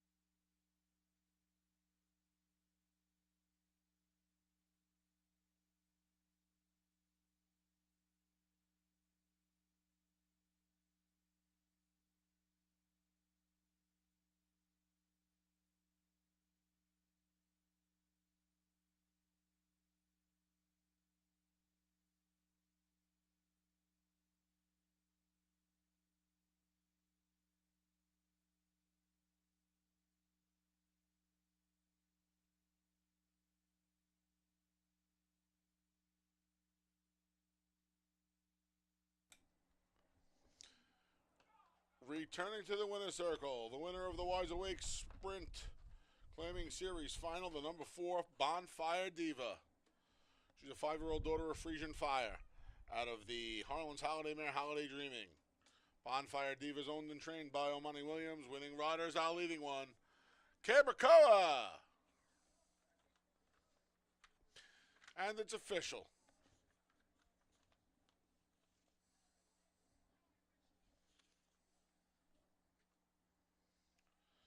$2 double 3-4, 103.50. $2 exacta 4-6, 307.50. 50-cent try 4-6-2, 440.50. And the 10-cent super 4-6-2-5. That's for a dime. $343.45. If you turn your attention to the winner's circle, presentation being made to the connections of Bonfire Diva by our paddock judge, Sam Watts, director of racing, Todd Height, and clerk of scales, Jack Keller. In that winner's circle's Cabracoa, amongst others. Monty Williams is there. The connections of Bonfire Diva, winner of the Wise Awake Sprint, claiming series final.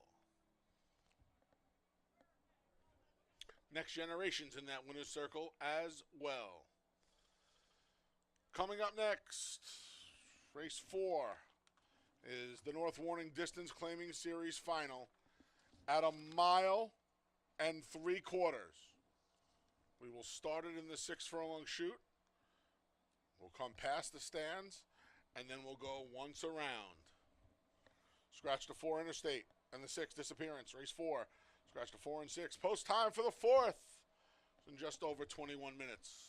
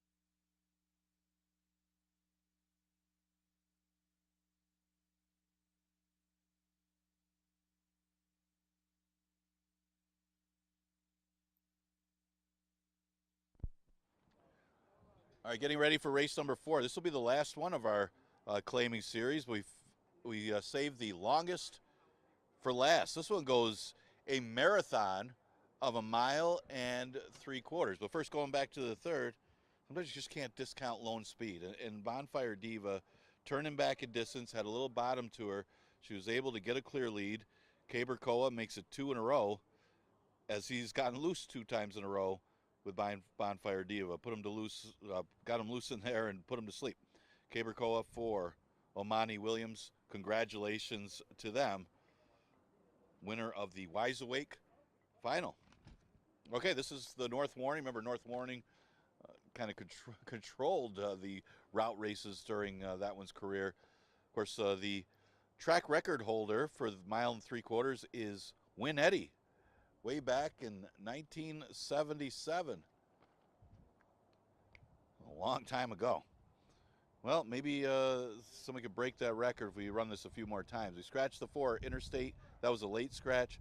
Scratch the 6, Disappearance.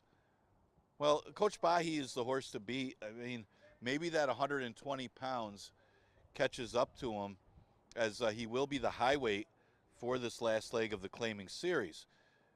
You got 118 for Red Fortress, 115 for Dates Freedom. He gets the best of the weights, considering he's probably the main threat.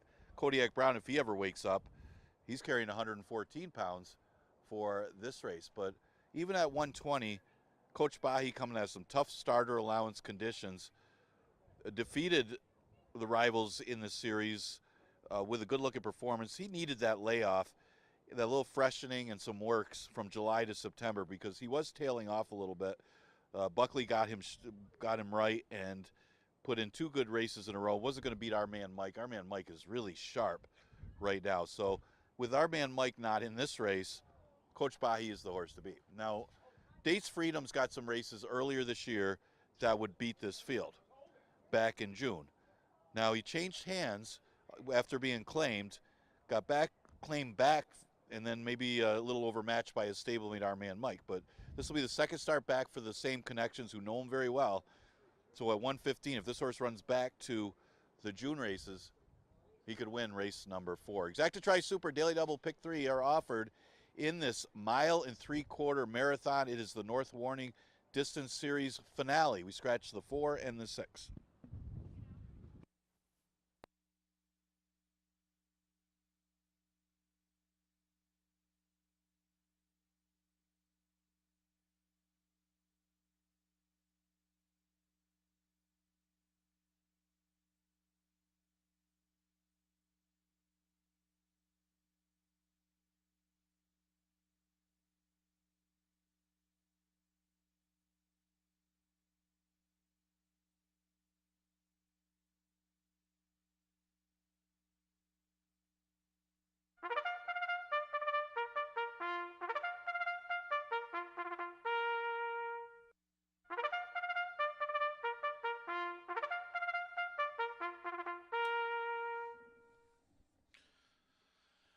The field for race 4, the North Warning Distance Claiming Series final, is coming out onto the track. This race will be run at 1.75 miles. The 1 is Red Fortress. Cabercoa looks to go back-to-back on the Monday card. The 1A is Dates Freedom with Luis Perez. The 2 is Coach Bahi with Kevin Navarro. The 3 is Parade Field. Jackie Davis rides. Scratch the 4 Interstate. The 5 is Pot of Gold with John Berrios. Scratch the 6 Disappearance. And the 7 is Kodiak Brown with J.M. Rohina. When Disappearance came out of here, Coach Bahi's job got a lot easier, just because, man, it certainly looks like he's supposed to be an easy leader here. And that sounds ridiculous in a 14 furlong race, but he's supposed to be an easy leader here. A lot of these horses don't have much speed, and he has plenty. He won going 1.25 miles. He beat Disappearance, who they would have probably been the 2 favorites in here, and he beat Disappearance going 1.25 miles, and now he doesn't have to deal with Disappearance early on. I just imagine Kevin puts Coach Bahi on the front end and See how far he can go. The one Red Fortress is the part of the entry I like. Even though I think it's interesting that Ferraro claimed backdates freedom back on September 2nd. I would imagine with this in mind, but Red Fortress closed ground last time behind Coach Bahi in disappearance in Pot of Gold, and he was making up ground late, and he certainly looks like he's going to gobble up all of this 14 furlongs, but it's hard to, extrapolate these numbers at a mile and 70 and a mile and an eighth and a mile and a quarter. But it certainly looks like um, he's going to handle it just fine.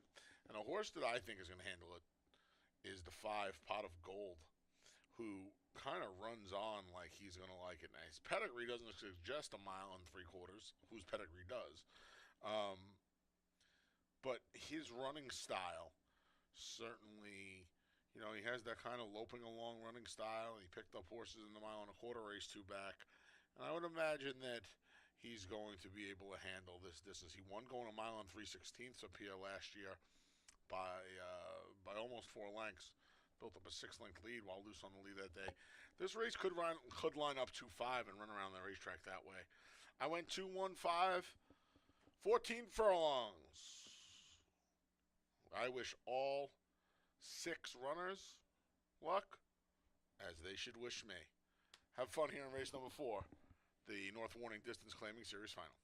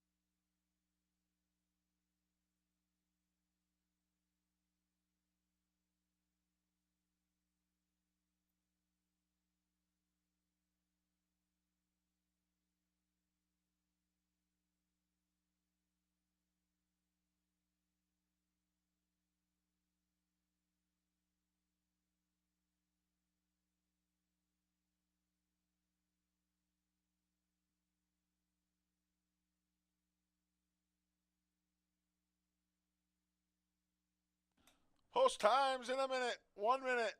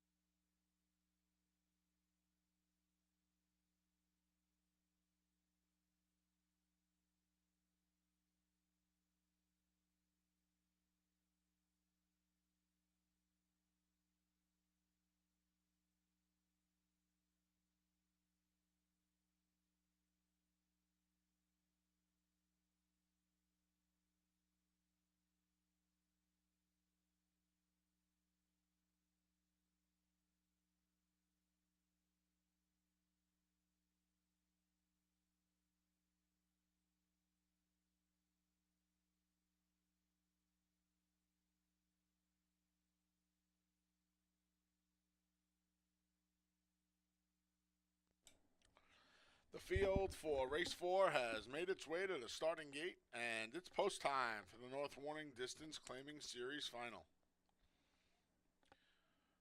Coach Bahi, a current favorite's the first to load.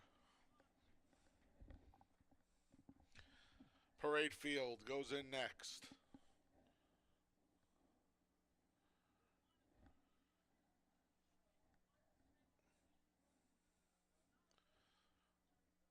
Pot of Gold goes forward. The first half of the entry, Red Fortress goes in, followed by Kodiak Brown. The last that loads the other half of the entry, Dates Freedom. They're in the gate. And they're off in the North Warning Distance Claiming Series final.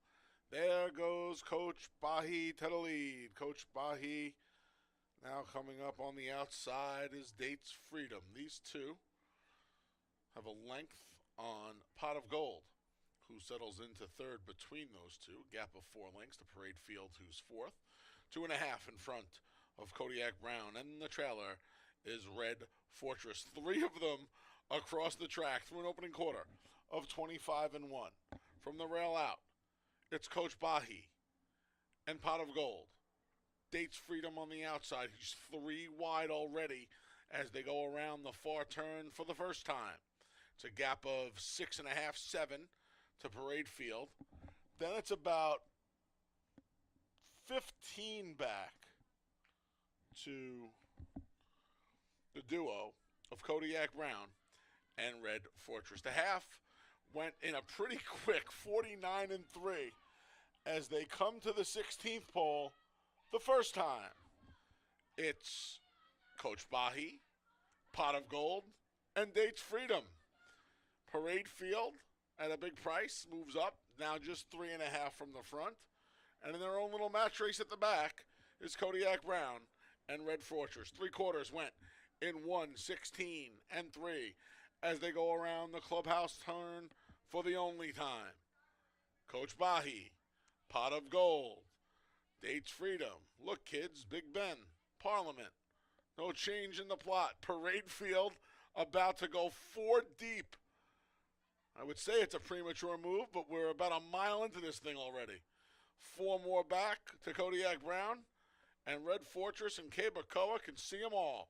The mile went in 1:45 and 4. Coach Bahi, Dates Freedom outside, Pot of Gold between. They're like Peter, Paul, and Mary heading up the backstretch the second time. 4 lengths to the good of Parade Field. Kodiak Brown's gotten closer, and now Red Fortress commences a rally. He's still 10 from the lead. An ever-long trio of Coach Bahi, Dates Freedom, and Pot of Gold take them around the far turn the final time. Through 1.25 miles in 2:13 and 2. Here comes Kodiak Brown from the back as Pot of Gold, the first to call it a day. Red Fortress revs up as the field passes the quarter pole for the final time. Dates Freedom just put his head in front of Coach Bahi, who tries to match strides. They've been going at it for over 1 mile and 3 furlongs, and now Dates Freedom and Luis Perez have separation on Coach Bahi and the rest. From the back, Kodiak Brown and entry mate Red Fortress coming down to the line. Dates Freedom by 5. Then it was Kodiak Brown, Red Fortress, Pot of Gold. Coach Bahi rounds out the super in the North Warning Distance Claiming Series final here at Finger Lakes.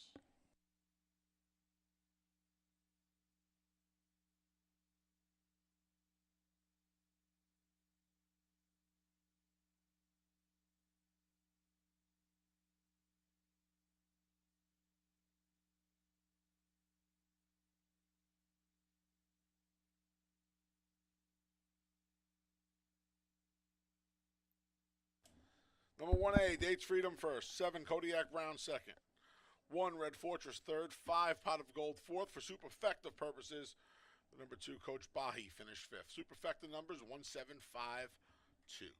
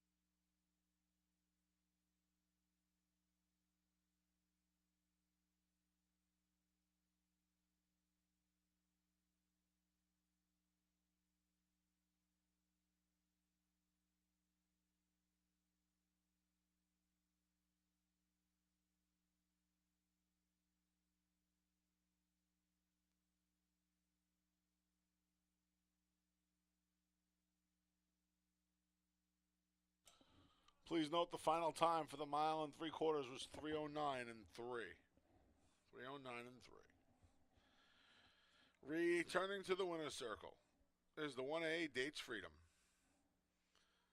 5-year-old gelding's the son of American Freedom and of the Essex True Mare, Southern Truth.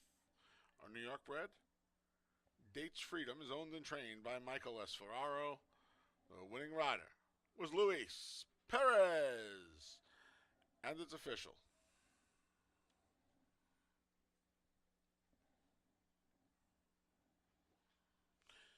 $2 double 4-1, $2.38 even. $2 exacta 1-7, $19.60. 50-cent try 175, 24.62. 10-cent super 1752, $7.15. 50-cent pick 3, 341, 217.50. And the 50-cent pick 4, 43, 41, $844.50. You'll turn your attention to the winner's circle. We have a presentation to the connections of Dates Freedom including our longtime clerk of scales, Jack Keller, Racing Secretary Jerry Richards there as well. Along with Luis Perez, rider of Dates Freedom, the winner of the North Warning Distance Claiming Series Final. Race 5 comes up next. It starts today's 50-cent pick 5. It also just so happens to be the $50,000 Genesee Valley Breeders' Stakes. Scratch the 3, doing it the right way. And the 6, I'm Man Mike. Scratch the 3 and 6 out of race number 5. Post time for the 5th is in just over 21 minutes.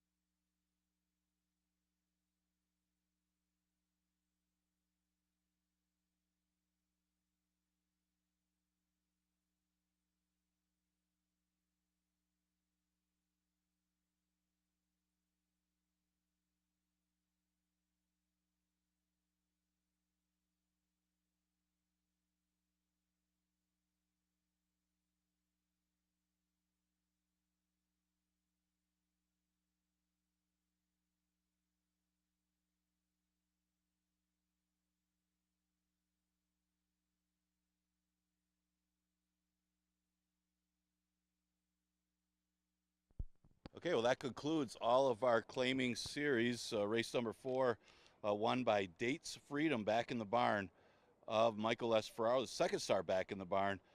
Really enjoyed that extra yardage going that 1 3/4. Was able to be right up there with that quick early pace for that distance and draw away to the victory. I think that weight kind of played into it as well, carrying 5 pounds less than Coach Bahi. Luis Perez for Ferraro. And incidentally, Ferraro just one win away from a milestone, 3,500 career wins.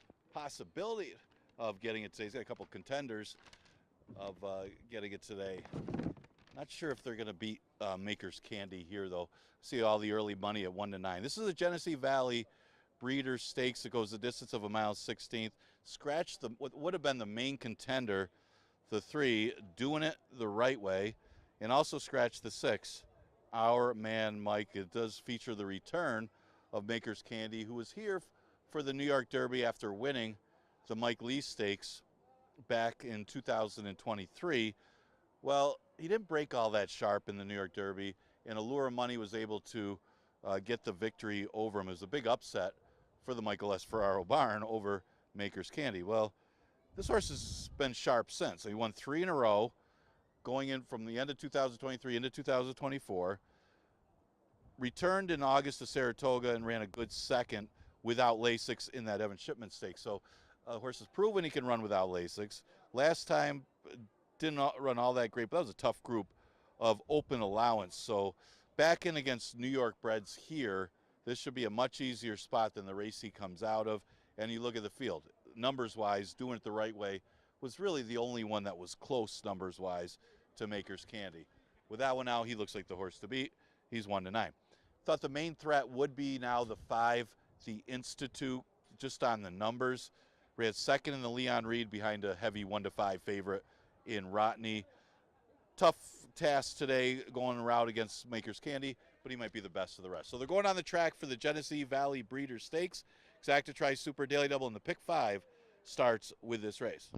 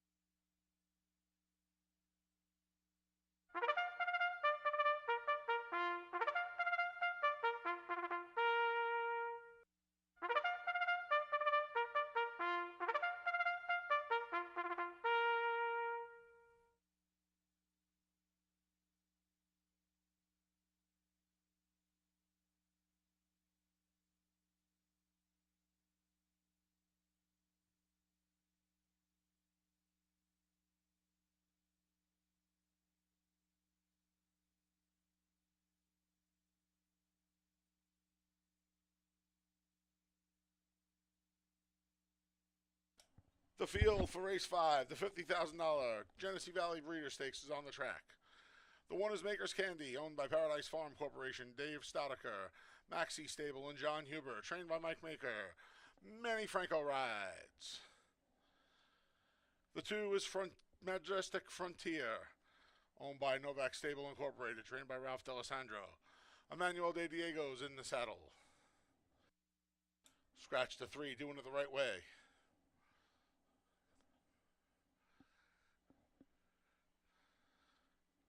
Off goes the 4, Royal Suspect, owned and trained by Nurko Huertas. Joel Cruz is in the saddle.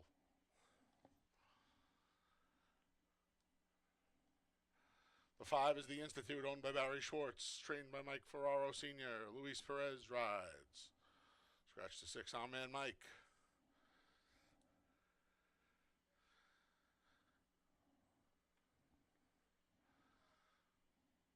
The 7 is Balthazar, owned by Avanti Stable, trained by Jim Bond. Cabricola rides. And the 8 is Ladies Golden Guy, owned and trained by Deborah Reed. Heeman Harkey is in the saddle. Field of six, changing that $50,000. 1-9. Maker's Candy. Sounds ridiculous, but he's a worthy favorite. I don't think any horse should be 1-9. Just 1-for-7 this year. He's had an interesting year. I'll say this because he ended last year and started this year on a 3-race win streak, and this horse looked like he was going to be a major, major player in the New York bred ranks. Because after he ran through his state bred conditions, he won both open allowance races that he was eligible for. He was favored in doing so, and he got the job done. And he went a real fast time in December at the Big A. And then Vandolph in the Haynesfield. Ho-hum third in a conditioned allowance race. Tried the turf with him. He was off the turf, third in a 4-horse, 5-horse field in the Kingston. Came alive a little bit in the Shipman, but then just didn't fire. And now he's back in less than a month. He doesn't have his Lasix, but he just looks like the class of this field by leaps and bounds. It was hard to look past him. I think we can make money underneath, though. I don't like Balthazar for a quarter. Royal Suspect, as you all know, is one of my local favorites. He's a little bit of a pet of mine. Joel Cruz, regular rider, 3 real tough beats with him this year. 2 heads and a neck. Got the job done once when he got loose. With doing it the right way out of here, I think he can sneak away. And maybe finish second to Maker's Candy. And then the Institute. The Institute's one of these horses. He's a weird type. Because he's gaining ground at the end of all of his races. Sprint, route, mud, Lasix, no Lasix, doesn't matter. He's always grinding at the end. That's very important in a racehorse to me. His pedigree says he'll run all day. He's been better sprinting, but let's see how he does here. 2 turns. He was a pretty good distance, 4 lengths behind Steiner and Royal Suspect. I'm going to bet the race 1-4, 1-5 and try and fade Balthazar, who's the solid second choice to number 7. Best of luck here in the Genesee Valley Breeder Stakes. It kicks off today's 50 cent pick 5.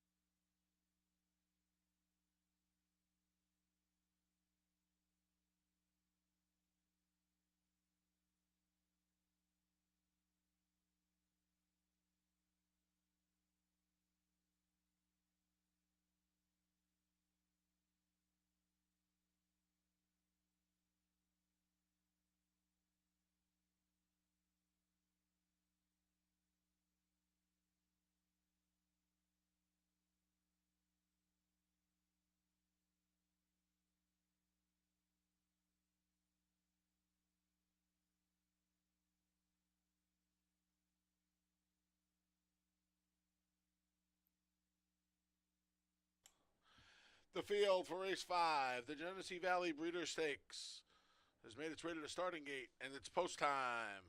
Field of 6, going a mile and a 16th.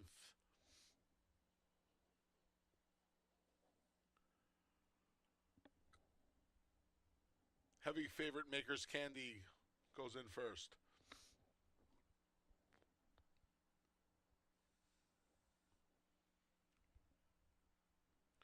Majestic Frontier goes in, followed by Royal Suspect.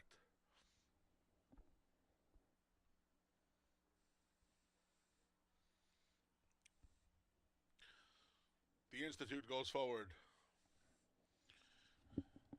Here's Balthazar.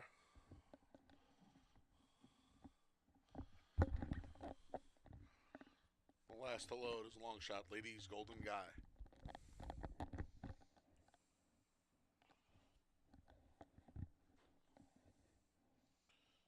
They're in the gate. And they're off in the Genesee Valley Breeders' Stakes. Hustled from the rail, Maker's Candy. Manny Franco's all over him to get to the lead, but he's not as fast as Ladies Golden Guy. Now Maker's Candy asserts himself and protects rail position. These two into the first turn with Balthazar on the outside in third. Riding the rails is Majestic Frontier in fourth. The two at the back are Royal Suspect and the Institute. Maker's Candy made the lead, 24-1 the opening quarter. Tracked by Ladies Golden Guy and a 3-wide Balthazar. Majestic Frontier saves all the ground, 4 lengths from the lead in fourth along the inside. Then Royal Suspect and the Institute is last, but he's just 6.5 from the front. Maker's Candy, the prohibitive favorite, controls things. Manny Franco and Maker's Candy a comfortable length through a half in 48-3. Ladies Golden Guy back for more in second. Balthazar, Cabercoa waiting to give him the green light. They're a length and a half, 2 lengths from the lead in third. Majestic Frontier's under a ride. From the back, Royal Suspect's got to go from there. Nothing yet from the Institute. They're on the far turn. Franco starts to get after the favorite. Maker's Candy has responded so far. He's held off Ladies Golden Guy. Balthazar from the back. Royal Suspects coming from off the pace today. And Majestic Frontier, still nothing from the Institute. 3/4 and 113-1. They're off the turn, and they're into the stretch. And Maker's Candy still there. Balthazar takes his run now. Majestic Frontier comes off the rail and has dead aim on Maker's Candy. Royal Suspect down the center to the 16th pole. Maker's Candy, class starting to prevail here. He's opened up a 3-length lead. Majestic Frontier going to hold on to second. It was all Maker's Candy by 5. Then Majestic Frontier, Royal Suspect, and Balthazar. Final time was 147 flat.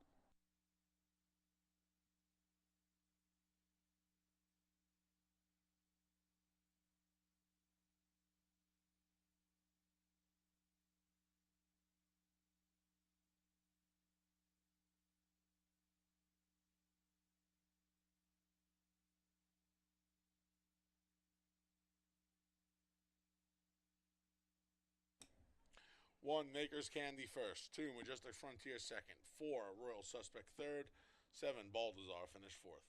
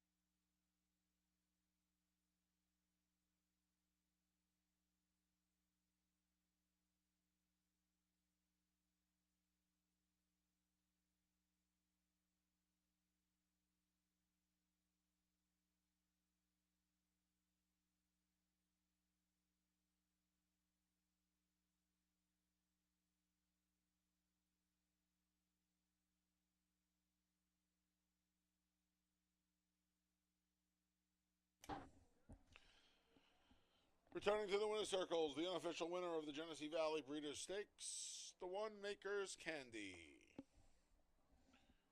Maker's Candy is a 4-year-old son of Twirling Candy out of the Bluegrass Cat mare, Purple Cat. A New York bred, Maker's Candy is owned by Paradise Farms Corporation, David Stodaker, Maxie Stable, and John Huber. He's trained by Michael Maker, winning rider Manny Franco, and it's official.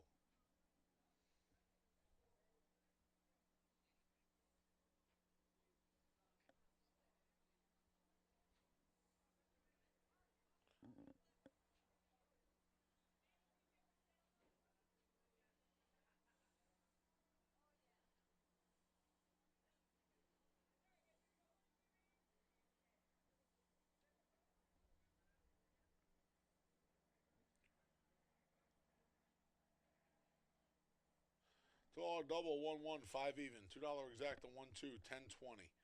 50-cent try, 1-2-4, $8.35. 10-cent super, 1-2-4-7. $5, 22 cents, and a 50-cent pick 3. 4-1-1, $57.75. Race 6 comes up next. Starts the late pick 4.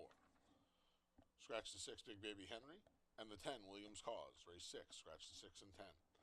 Race 7's this $50,000 Jack Better Be Right Stakes. Scratch to 1, April Antics, and the 4, Love My Candy. Scratch to 1 and 4, rider change on the 7, Saloon Girl, Lahim and Harkey. Pause those changes. Winner's Circle presentation to the connections of Maker's Candy, including rider Manny Franco by Jack Keller and Todd Height.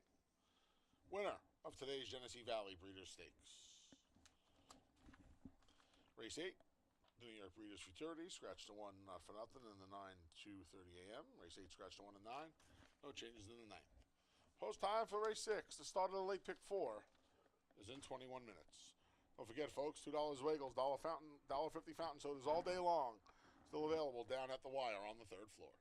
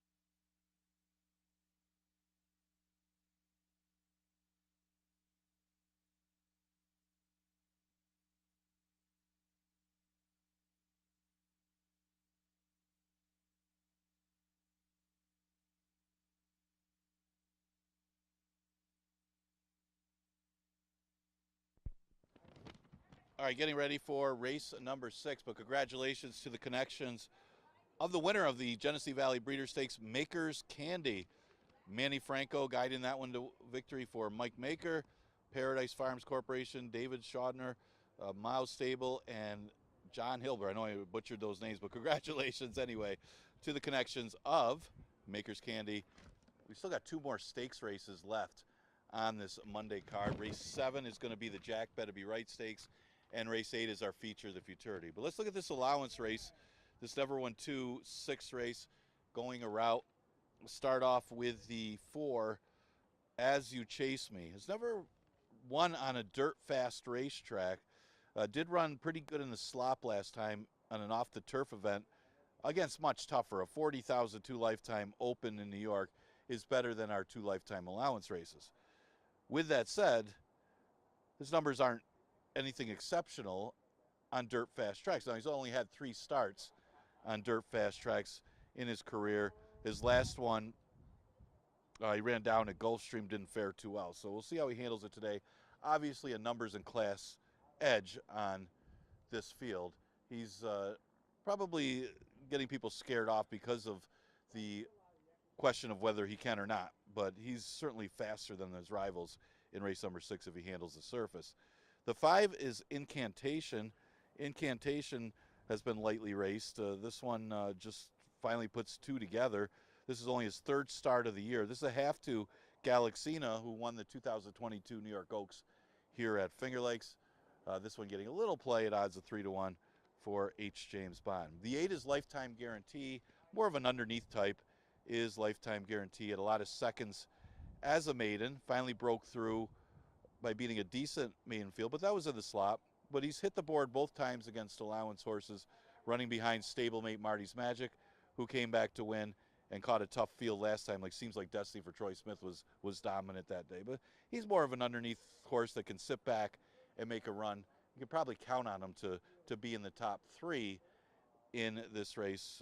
Maybe not necessarily to win, but Michael S. Ferraro, if he does win, it will be win number 3,500. He's only just 1 away.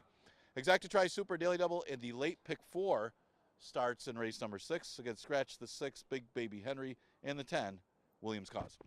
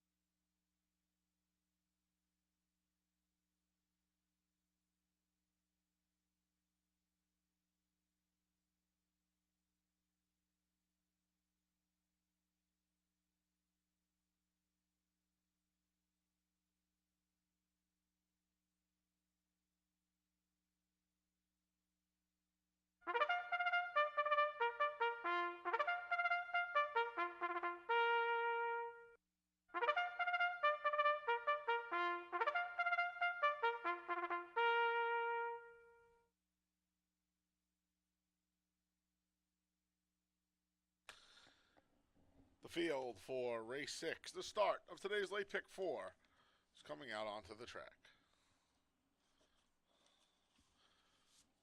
The 1 is Prophetic with Kevin Navarro. The 2 is Gold Templar, Stephen Fret rides. The 3 is Violent Swing. Luis Perez looks for his 2nd win on the card. The 4 is As You Chase Me with Emmanuel De Diego. The 5 is Incantation.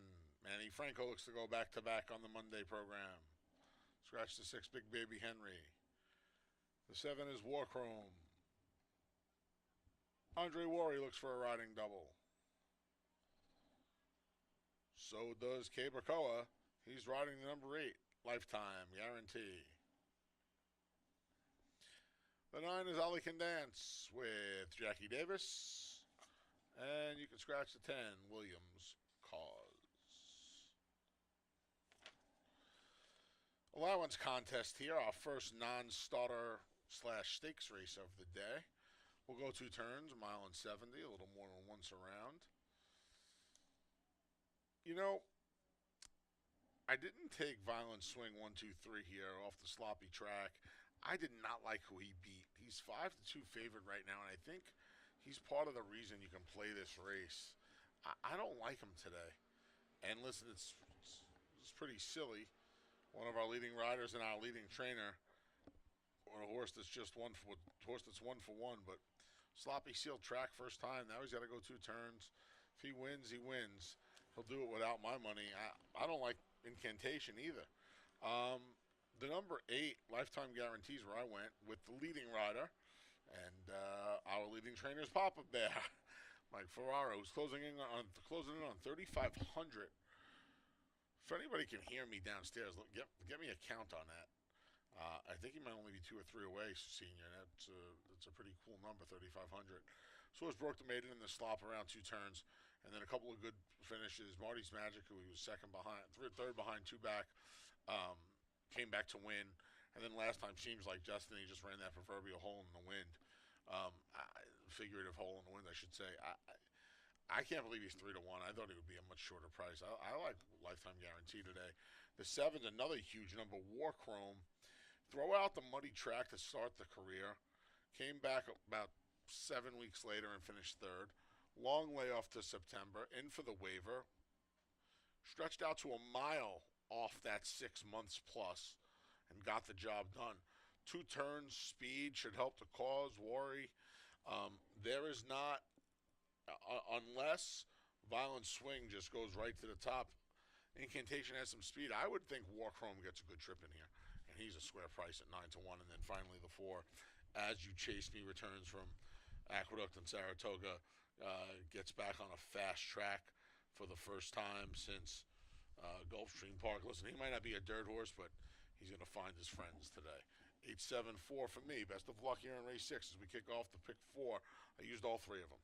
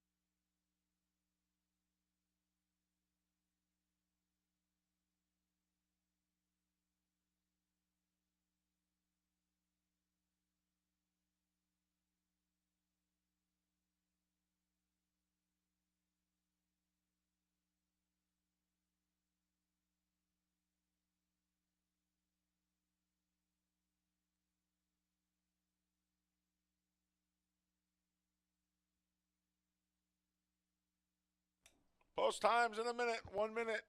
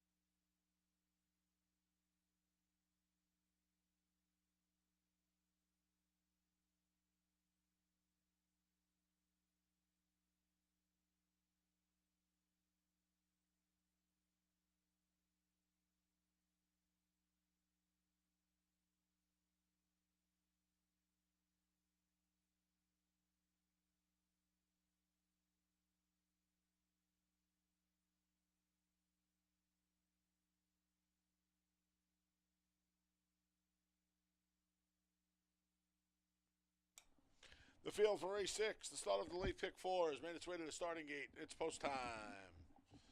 Prophetic, the first one to load.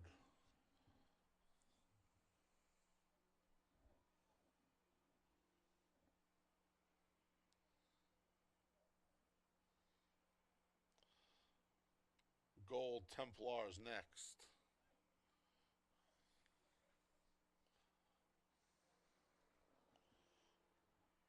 Here's Violent Swing.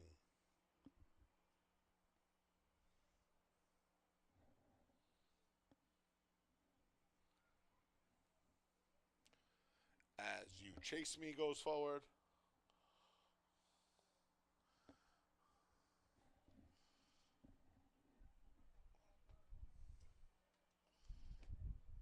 Incantations next.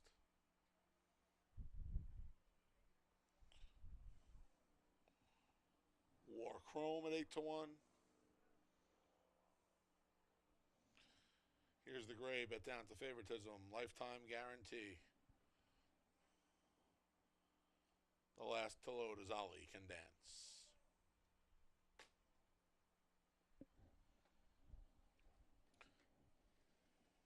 They're in the gate. And they're off. There goes Warchrome right to the lead. To the inside, Violent Swing going to settle in second. Along the rail is Gold Templar third. Incantations 3 deep on the first turn. As You Chase Me settles into fifth. 3 from the front. Along the rails, Prophetic. He's shadowed by the favorite, Lifetime Guarantee. And at the tail end of the field is Ali Can Dance. Warchrome takes him through an opening quarter and a sensible 24 and 4/5 seconds. It's Warchrome, 3 parts of a length. Violent Swing is second. Incantation 3 deep third. Gold Templar saves all the ground in fourth. Joined there by As You Chase Me. It's a gap of 5 back to Prophetic, who's inside of Lifetime Guarantee. Ali Can Dance can still see them all. He's about 12 from the front now, a half in 49 and 1. Set by Warchrome. Upticked on the board. Let's see, he's 11-1. Warchrome has a 2.5 length lead. And he starts to edge away from Violent Swing, who's under a drive in second. Then we come back to Incantation, who's not going forward as well. Gold Templar, As You Chase Me, tries to split them. From the back, Lifetime Guarantee tries to get underway. He has 8 to make up. Prophetic's at the rail. Nothing from Ali Can Dance. 3/4 and 1, 13 and 2. Off the turn and into the stretch. Warchrome's trying to see it through as Worry looks for a double. Down the center, Violent Swing re-engages. Up the inside, Gold Templar looks to really blow the tote board apart. Incantation, and now Lifetime Guarantee is in full gear, and Lifetime Guarantee swoops most of the group. Incantation, Lifetime Guarantee, and Incantation, Lifetime Guarantee. Looks like the gray nose of Lifetime Guarantee got Incantation on the money. It's real tight. Prophetic was third and 145 and 4.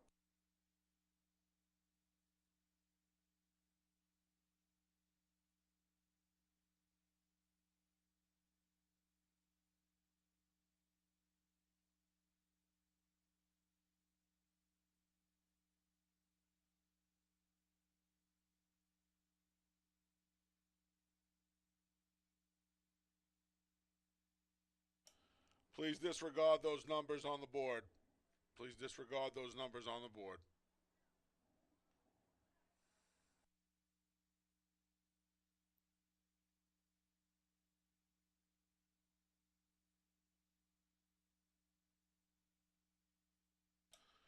Photo finish. Please disregard those numbers on your TV monitors.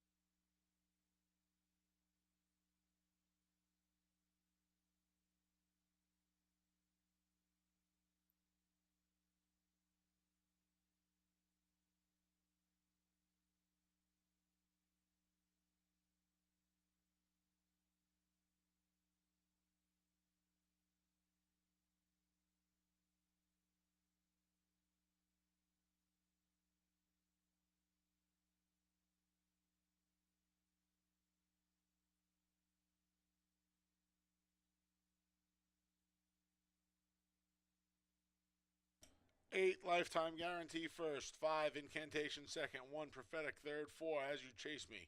Finished fourth.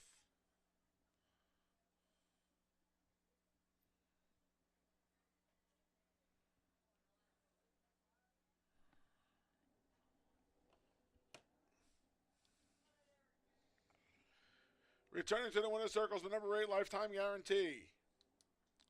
4-year-old Gelding is the son of Creative Cause. Out of the Candy Ride near Velma. A New York bred. Lifetime guarantee is owned and trained by Michael S. Ferraro. That was, in fact, win number 3,500 in the training career of Michael S. Ferraro. 3,500 winners as it's official. Congratulations, Mike Sr.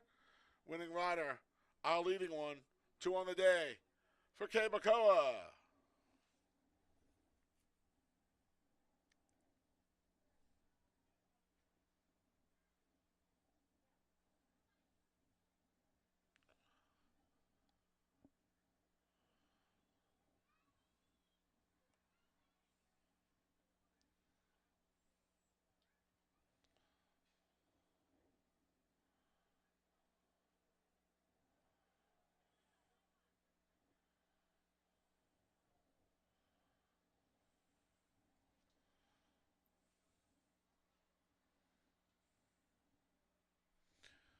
$2 double 1-8, 10 even. $2 exacta 8-5, 44.60.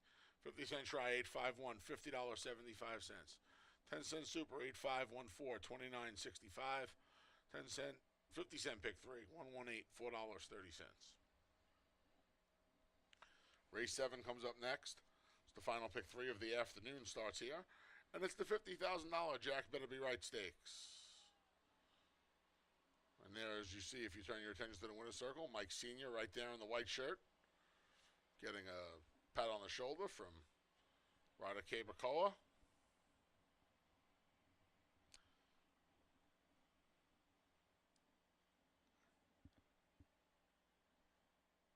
A lot of wins together for those two. Congratulations once again, Mike Sr. on 3,500 wins. Race 7 is the Jack Better Be Right, scratch to 1 April Antics, and the 4 Love Me, My Candy. Rider change for the 7 Saloon Girl, Lahim and Harkey. Post time for race 7. The Jack Better Be Right Stakes is in just over 20 minutes.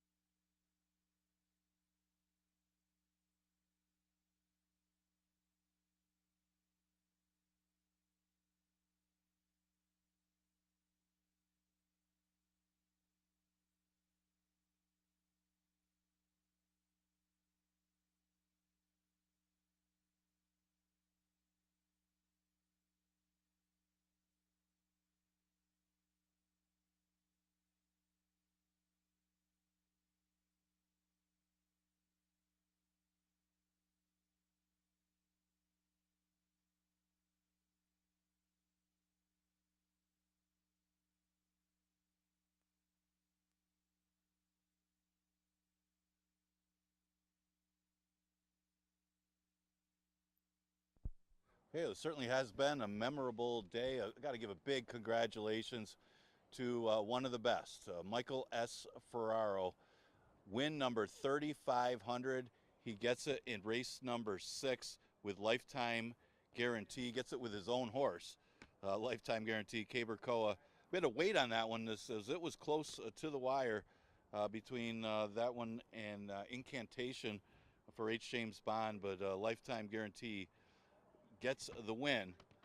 Congratulations again to obviously one of the best trainers of all time, Michael S. Ferraro. Well deserved 3,500th victory. Here's to many more. See if he can reach 5,000. Seventh race goes a mile and 16th. Another stakes race. It's a $50,000 Jack Better Be Right Stakes for fillies and mares going the mile 16th. We scratched the 1, April Antics. Scratched the 4, Love My Candy. Pretty competitive race. Got a couple good speed horses in here. You got the 2, Sweet Brown Sugar. This will be the first time against older horses going long for Sweet Brown Sugar, but she beat the older horses last time in a very professional way. She looked outstanding. Midtown Lights is a new face that's getting some play as well. She'll go the mile 16th here, and Run Without Lasix says this will be the first time since June where she finished off the board, but that was on a sloppy track. But she's got good early speed as well, as Manny Franco gets the mount on that one. But Sweet Brown Sugar, remember, she won the Niagara Stakes. It was an easy 3-year-old filly race after winning the Eastview, but then met her match with Caldwell Loves Gold for Brad Cox in the New York Oaks. She didn't run as well as she got off bad at Saratoga, but she returned and faced older horses in a sprint and dominated. See how she handles the route. Midtown Lights, she's hit the board in a few Stallion Series races with the Lasix-free races, so she can run without Lasix, and she could be a contender. Depends if they hook up.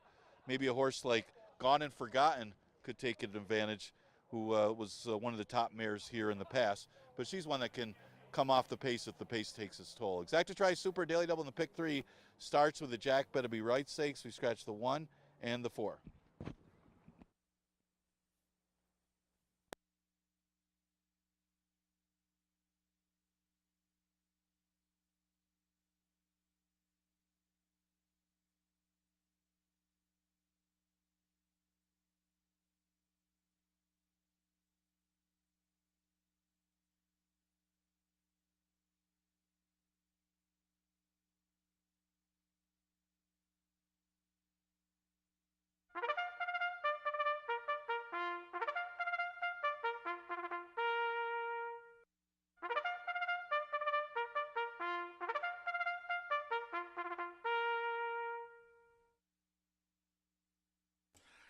The field for race 7, the $50,000 Jack Better Be Right Stakes is coming out onto the track. Scratch the 1, April Antics, and the 4, Love My Candy. Here's the field for the Jack Better Be Right. The 2 is Sweet Brown Sugar. She's owned by Richie Rich Racing Stable and trained by Paul Barrow. Jeremiah Flores is in the saddle. The 3 is She's Dancing, owned by Maria Montez Hare, trained by Flint Styles. Jackie Davis rides. The 5 is Gone and Forgotten, owned by Barry Ostringer, trained by Linda Dixon. Luis Perez rides. The 6 is Wait, Wait, Don't Tell Me, owned by Gags Racing Stable LLC, and Michael Anthony Ferraro, who also trains. Joel Cruz is aboard. The 7 is Saloon Girl, owned by Duangmo Kompuban, trained by Nerco Huertas. Heman Hockey. Please note that rider change to Heman Harkey.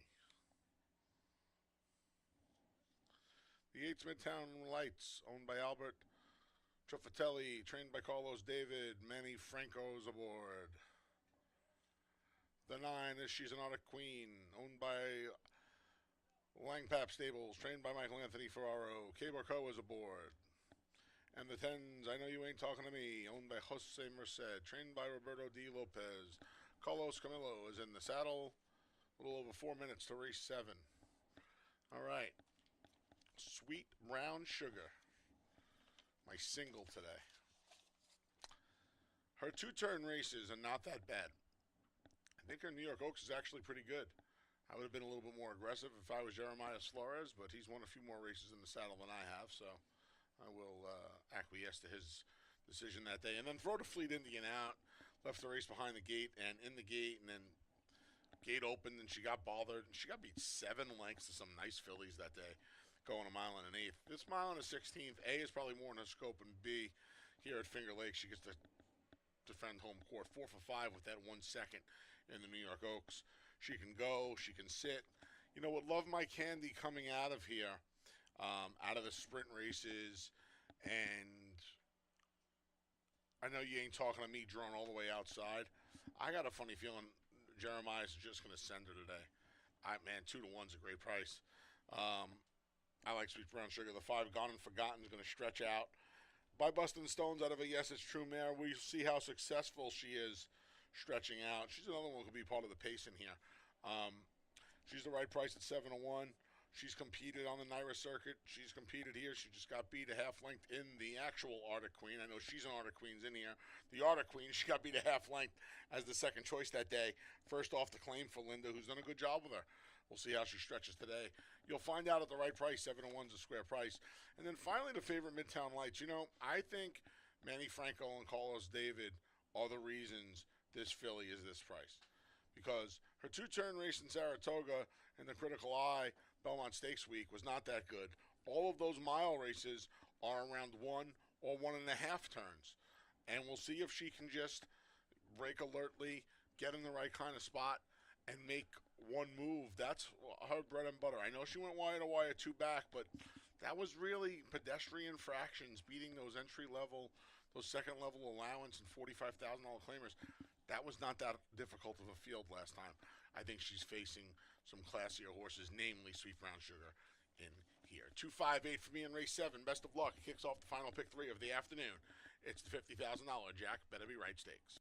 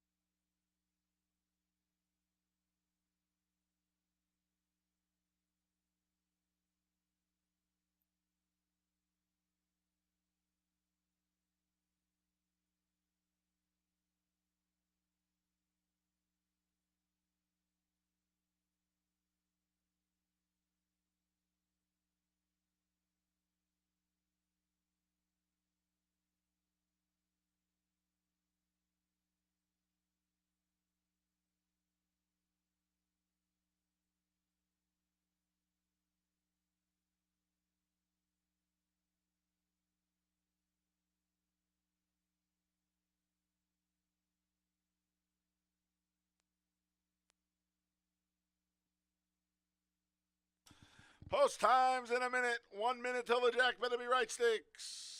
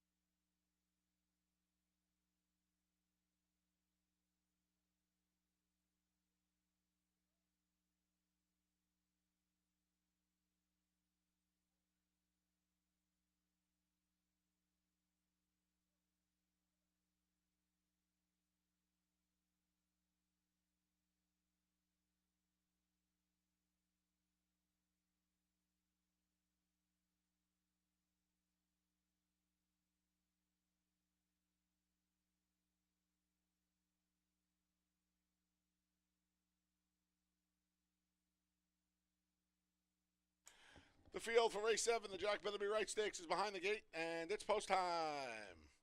Bet down to late favoritism. In goes the Queen of Finger Lakes right now, Sweet Brown Sugar. She's Dancing goes forward.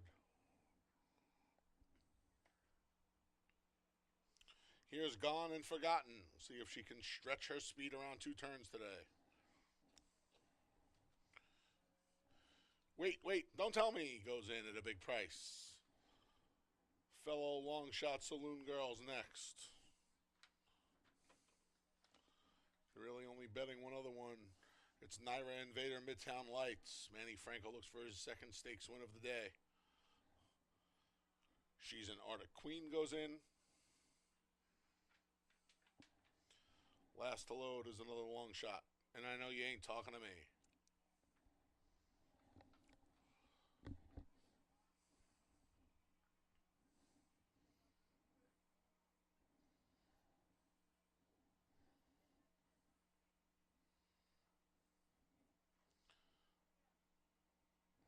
Midtown Lights acts up.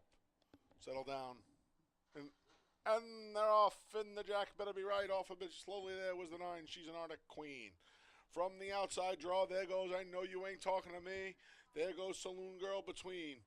Sweet Brown Sugar settles along the inside in 3rd. Rushing up outside, there's Midtown Lights. Gone and Forgotten's 5th. She found her way to the rail with Luis Perez.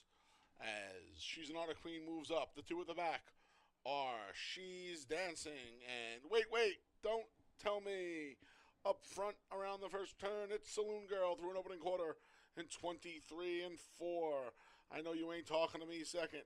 Guided off the inside is Sweet Brown Sugar. Jeremiah Flores has her in the clear. She's just 3 parts of a length off the lead. Then we come back to Midtown Lights.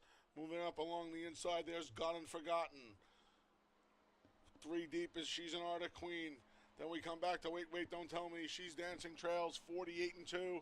The half as they make their way to the far turn. Flores waits no more. He turns Sweet Brown Sugar loose. And there she goes. She's got a half-length lead on I Know You Ain't Talking to Me. She's an Arctic Queen. Tries to follow that move from the back. Here comes Midtown Lights. She's got to do more from there. Then Gone and Forgotten and Wait, Don't Tell Me. 3 quarters went in 113 and 4. They passed the quarter pole. And Sweet Brown Sugar begins to draw away from I Know You Ain't Talking to Me. And She's an Arctic Queen. Her final challenge looks like it'll come from Midtown Lights, who's getting going down the center of the track as they come to the 8th pole. Sweet Brown Sugar begins to pour it on. The rest of them look like they're running in molasses at the 16th pole. Sweet Brown Sugar, no problem with 2 turns today. She won it by 8.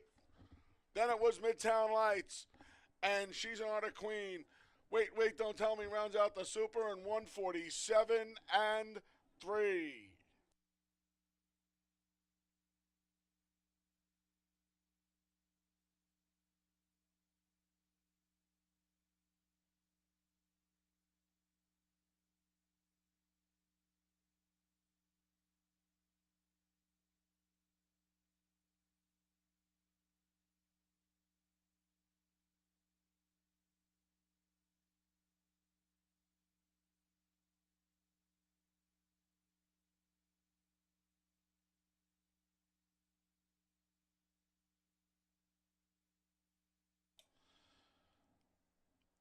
Number 2, Sweet Brown Sugar was first.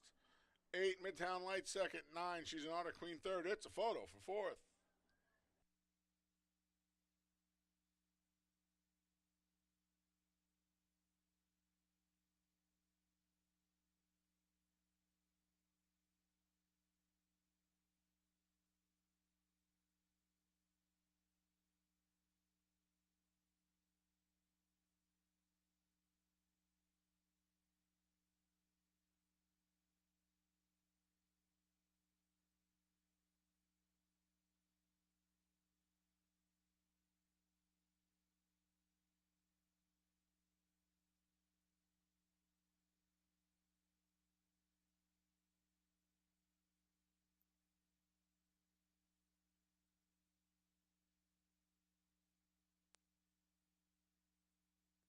6. Wait, wait, don't tell me was fourth. 2896 here in race 7, unofficial.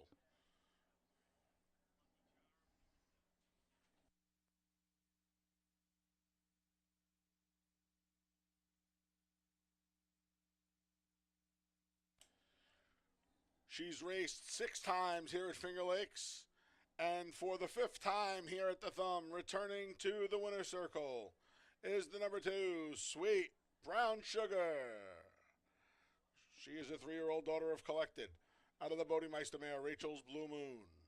A New York bred, Sweet Brown Sugar is owned by Richie Rich Racing Stables.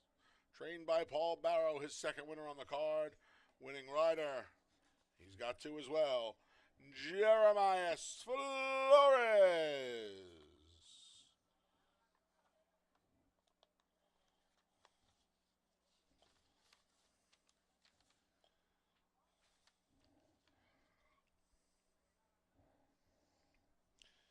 The Jack Better Be Right's official.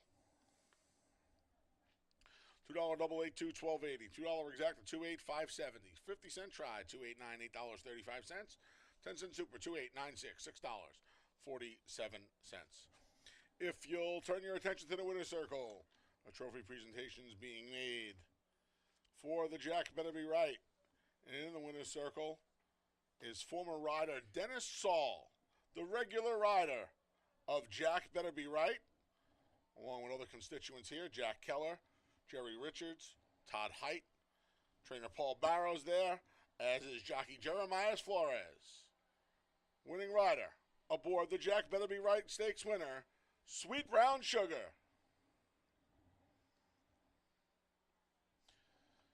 Race 8 comes up next, kicks off the late double.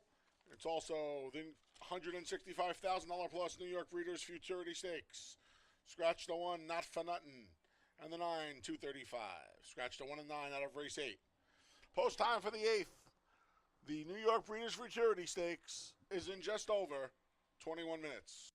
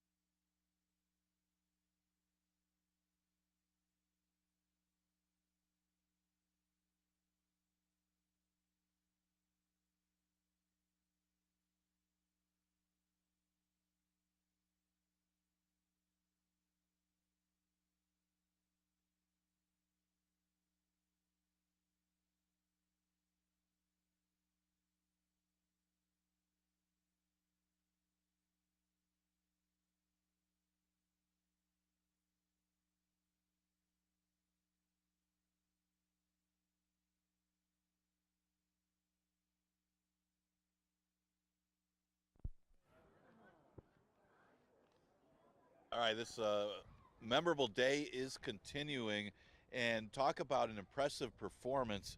Sweet Brown Sugar. Now they pounded her late. She went down to odds of 1-5, and she won like it in a very impressive fashion. Jeremiah Flores for Barrow and for Richie Rich Racing Stable. Congratulations to them when the Jack Bettaby Wright Stakes. She's all class. Sweet Brown Sugar wins race number 7. All right, now for our feature event of the day. I know we've had a lot of big races today. We've had the claiming series come to an end. We had 2 other stakes races, but this is our feature, the richest race of the year, the New York Breeders' Futurity, 165,000 plus for the 2-year-old New York breds going to 6 furlongs. Scratch the 1, not for nothing. Scratch the 9, 2:30 a.m. So look at some of the contenders in here. I'll start with the 2, under whose radar he's had 3 career starts. His debut, he was very impressive, set quick fractions, and went on to win. Actually didn't take for a lot of money that day, went off at odds of 6-1. They tried him against Open Company at Kentucky Downs on the turf, and he ran very well, ended up getting DQ'd, but came back against Open Company in the Futurity on the turf in New York and ran a decent 4th. Didn't make the lead. Now there's other speed in here, but he's inside of all of his rivals. But going back to that debut victory, which is very impressive, this horse looks awfully solid in here. And it looks like he was actually ran better on the dirt. So he's at odds of 8-5. Lukewarm favorite at the present time. One of the long shots I thought had a shot in here. Still a maiden, but making his 2nd career start for Melanie Giddings is the 3, Share the Loot. This one made the 1 star, was only lost by 2 1/4 in a maiden race at the Belmont and Aqueduct meet. There's a half to Baris, who we saw win the New York Derby here at Finger Lakes. They did pay a lot of money for this horse, $150,000 for Share the Loot. Would be no surprise. These 2 teamed up with a good-looking firster the other day here at Finger Lakes. The 4 is Bold Fortune. He exploded in his 2nd career start to a dominant 10.5 length victory, and now will make his 3rd start. Question is, what was the field like that? He did come home in a pretty good time in 1:11 and change. The 2nd foal out of that dam, the first foal, which is the foal with me, was 2nd in a 2-year-old stake, and they paid $100,000 for that one as well. So it's another central banker. But Bold Fortune, making his 3rd start off of that dominant victory, is getting some action. He's at odds of 2-1. So that's a few of the contenders for the biggest race of this memorable day, the New York Breeders' Futurity Stakes. That goes 6 furlongs. Exacta Tri Super and Daily Double offered against Scratch the 1, Not for Nothing, and the 9, 2:30 a.m.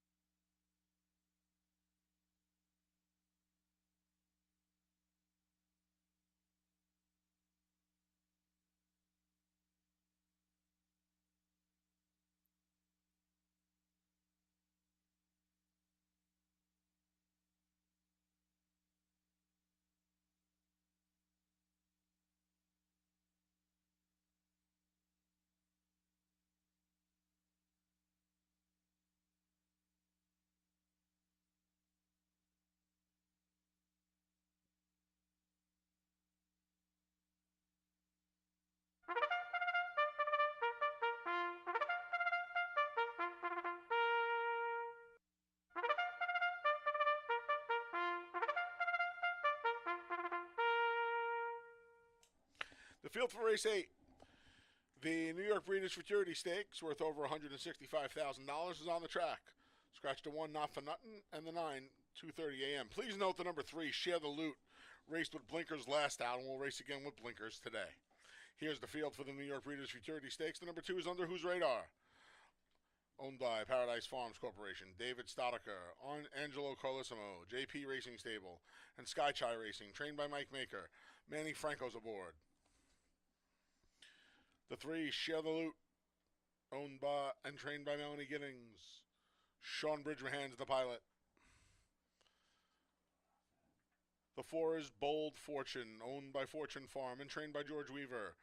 Dylan Davis rides. The 5 is Don Luis, owned by Bernardo Mongiel III, trained by Marissa Montserrat. Joel Cruz rides. The 6 is the Philly Idol Gossip, owned by Francis Palangeli, trained by Paul Barrow. Kevin Navarro is in the saddle. The 7 is In the Chase, owned by Mr. Amori Stable, trained by Carlos David. Raylu Gutierrez rides. And the 8 is Butter, owned by Eddie F's Racing, trained by Gary Siaka. Lane Luzzy is in the saddle. I went 4-2-6, see if Bold Fortune, with the recency on the dirt, can get the better of Under Whose Radar. I really thought it was a two-horse race here. Bold Fortune comes in for George Weaver off a dynamite win at Aqueduct by over 10 lengths. You got almost $11 on him that day as well. He just galloped home. He came out of a fast debut a month earlier at Saratoga, and he actually ran light years better. Both were very good races, but the improvement in a month was immeasurable. And Bold Fortune outside, I think he might be a little faster. We'll see if Bold Fortune and Dylan Davis can take him flag fall to that. It's all Under Whose Radar. He ran an 81 Beyer speed figure in July. That compares to the 84 of Bold Fortune in September when they're 2-year-olds. 2 months is a very long time. And those speed figures, if anything, Under Whose Radar probably ran a little bit faster if you were to transfer that number to a mid-September, late September number like Bold Fortune has. They're probably 6 in one hand, half a dozen in the other. I just like the recency on the dirt for Bold Fortune. And then I put Isle Gossip third. Listen, Paul Barrow thinks enough of this daughter, a central banker, to try her against the boys. So why not see if you can get her in the mix? She's 27-1. If you're playing exactas and tries, maybe you could split the favorite and get her in the gimmicks. 4-2-6. Race 8's the New York Breeders' Futurity Stakes. It's coming your way in just over 2 minutes. Best of luck if you're playing the late double.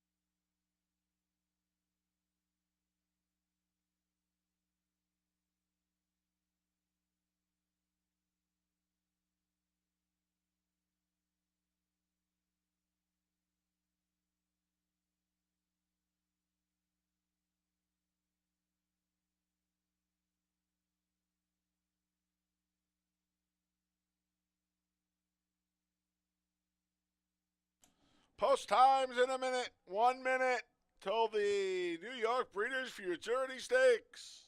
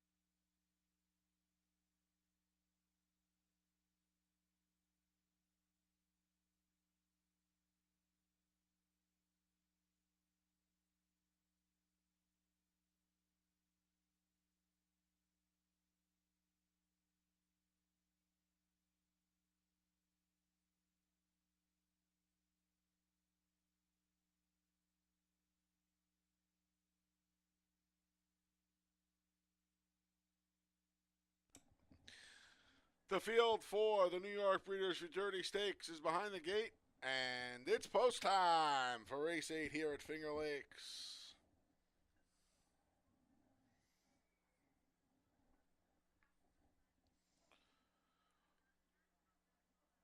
Under whose radar begins the load for the feature. Share the Loot is up next.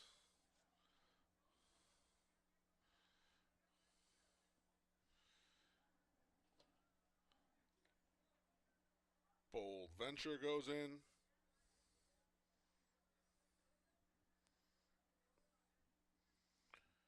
Here's Don Luis.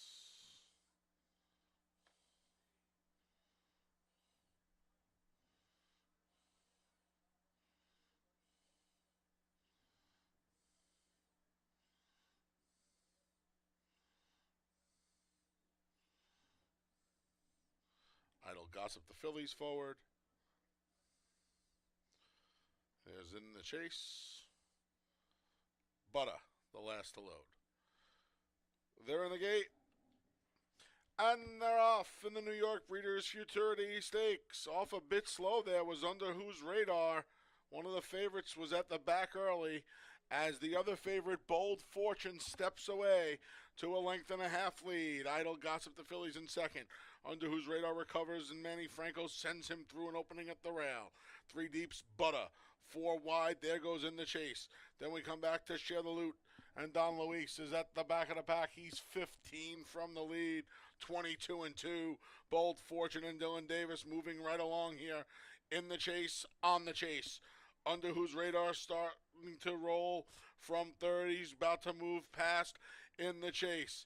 Then we come back to Butter and Share the Loot as the field makes their way to the top of the stretch. 44 and 4. Bold Fortune keeps on going. Under Whose Radar's trying to go with him. Butter and the rest are all giving futile chase. At the 16th pole, it's all Bold Fortune. He came to run today. Share the Loot along late for second. Over Under Whose Radar. Butter was fourth. Wow, final time for Bold Fortune was 1:10 and 3. He crushed them in the New York Breeders' Futurity Stakes.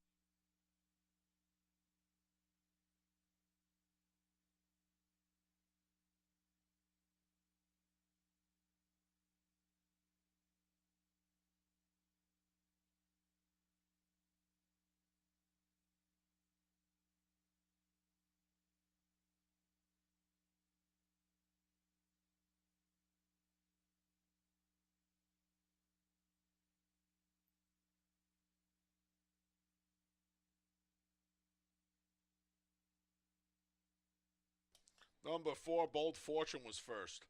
3, Share the Loot second. 2, Under Whose Radar third. 8, Butter fourth.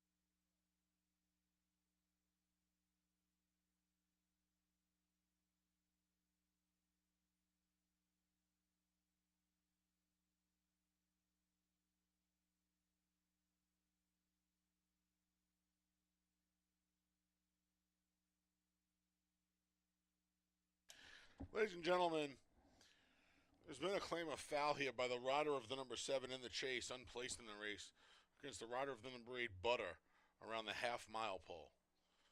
Again, rider of the 7 in the chase, unplaced in the race, against the 4th place finisher, number 8, Butter, for alleged interference at the half-mile pole. Please hold all tickets. Returning to the winner's circle is Bold Fortune. The 2-year-old gelding's a son of Central Banker out of the posse mare Might Be. A New York bred. Bold Fortune owned by Fortune Farm and trained by George Weaver. Winning rider, Dylan Davis. Again, objection in progress. Unofficial 4-3-2-8. The objection involves 4th place finisher Butter.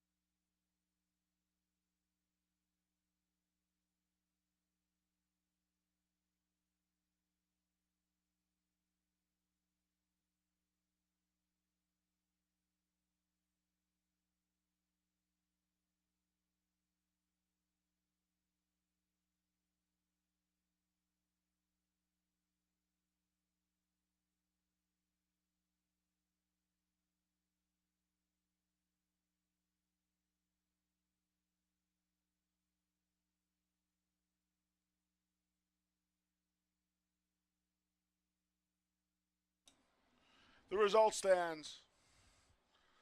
No change in the order of finish. If you'll turn your attention to the winner's circle, trophy presentations being made. Jack Keller's there.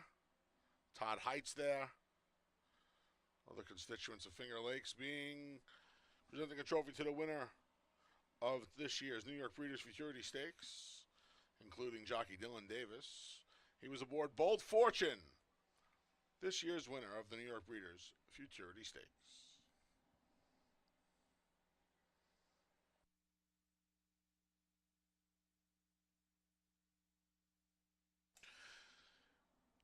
And race 8 is now official. $2 double, 2-4, 7 even. $2 exacta, 4-3, 31.20. 50-cent try, 4-3-2, 13.75. 10-cent super, 4-3-2-8, $7.67. Pick six was it today, 6 of 6, $1,519. Console 5 of 6, $7.20. Race 9 comes up next. The finale offers win, play, show, exacta try, and super wagering. No changes in race 9. Post time for the finale. It's in just over 19 minutes.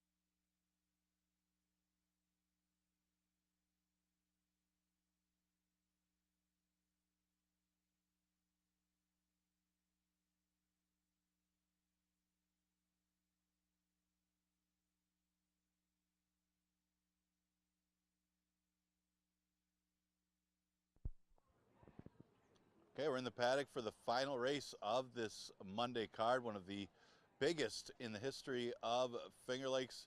Money, a lot of money bet on that eighth race, the Futurity, richest race of the year. And man, what a impressive performance by Bold Fortune, who speed kills. That horse went out in 44 and change, finished up in 110 and change, was pretty good for a 2-year-old event.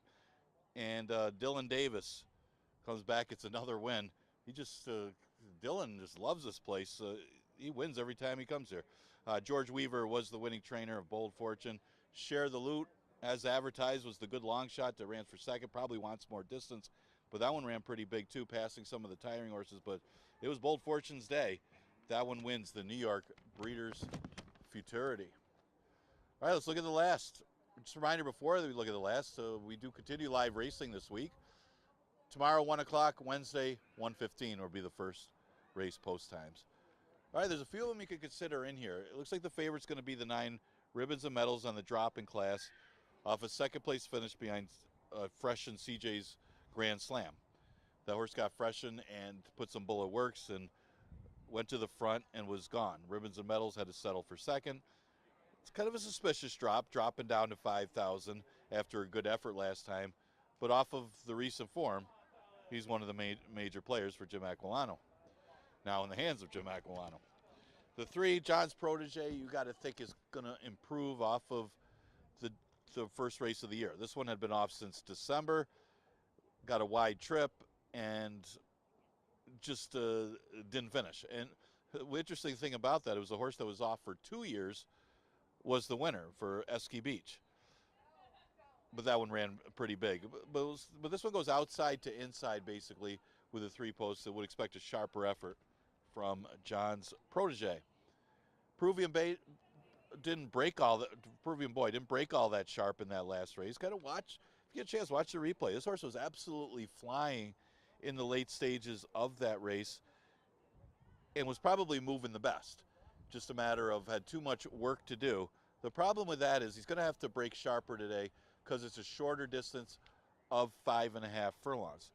That was the second start off a long layoff, so you would think that he'd run even better today, but he's got to get out of the gate and he's got to overcome that post, and the distance might be an issue if he doesn't break all that sharp. The other horse I used him for a long shot would be the 4, Drossel DM, right now at odds of 8-1. Probably the best of the speed. Now, Double Vision is quicker than this one early, but Drossel DM might be able to sustain his speed a little bit more. Wasn't anywhere close to the lead last time. Should be today. Good long shot to use these 8-1. So that's some of the contenders for the last race. Exacta Try and Super offered in the 9th race on the card.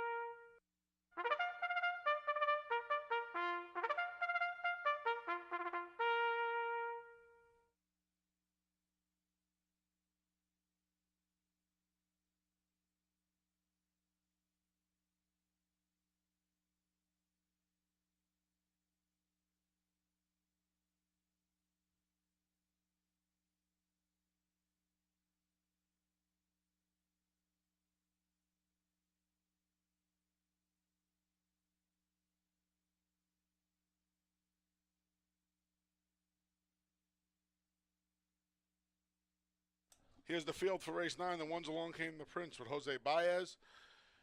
The 2 is ASAP Restoration with John Berrios. 3 is John's Protege, Andre Worry rides. 4 is Drossel Diem, Jackie Davis. 5 is Tuckabukaway with Stephen Frett. 6 is Play Ball with Anthony Rodriguez.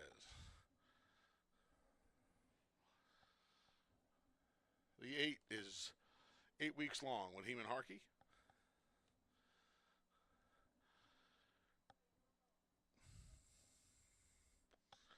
Nine is Ribbons and Medals, Kay Bracoa. 10 is Peruvian Boy, Luis Perez rides. And somewhere out there is a 7 Double Vision with Joel Cruz. All right, wrap things up here. I went to the chalk. 9-ball Ribbons and Medals. Jim Aquilano, 3 away from the coveted 2,000 mark. So it's going to be 2.5 lengths to CJ's Grand Slam. Takes the final drop from 9 to 5. Back to a fast track for the first time since the try at Saratoga in August. Has plenty of speed. Outside draw. Give me Ribbons and Medals. 5 is a big price. Tuck a buck away. He got a couple of good third place finishes since Stephen Fretz climbed the board. Marcus George Thompson's had a fantastic meet with limited starters. The board's with 10 of his 16 runners. Hitting win percentage 25%. Maybe the wet track helped tuck a buck away, though all of his career wins have come on dry land. He's way too big a price, as is the 2 ASAP Restoration. John Berrios going to climb aboard for the first time. He's kind of lost his form from earlier in the year. We'll see if second time at this condition going short helps his cause. 9-5-2. I'd throw a little 6, play ball in as well. He was a tough luck second last time out. He's finished second in 2 of his last 3. I would play tries using a 9 over the 2, 5, and 6 and hope you can get the 3 John's protege out of the numbers. PPs for tomorrow will be up at around 6:30 tonight. First post tomorrow is at 1. Fun day of racing today. Thanks for joining us. Remember, tomorrow, 1 o'clock. Wednesday, 1:15 first post. This Wednesday and next Wednesday. And then the month of November, we go to 12:20 every day once daylight savings hits on November 3rd. 1 o'clock tomorrow. We'll see you then.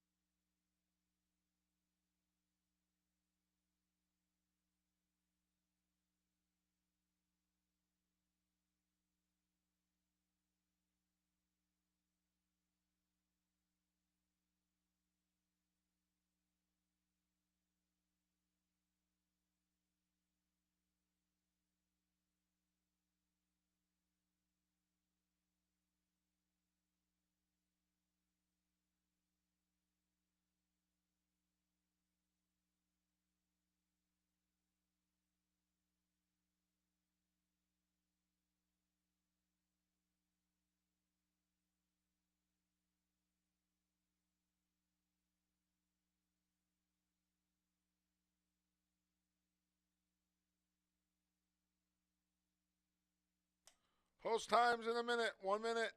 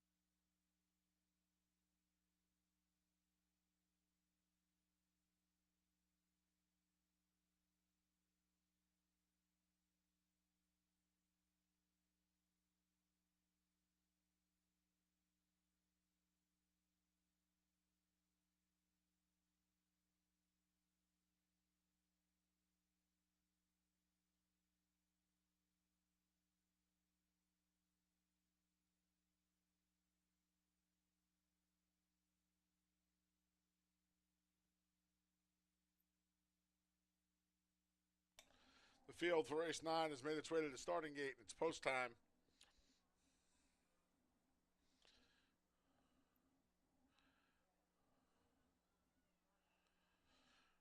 Loading out of order here. The 2 ASAP Restorations are going to go in first.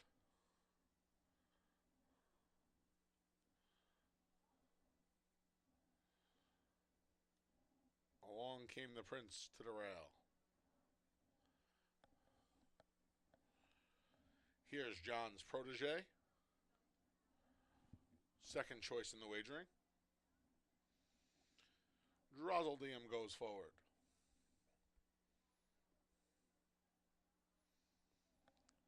Tuck-a-Buck Away is next.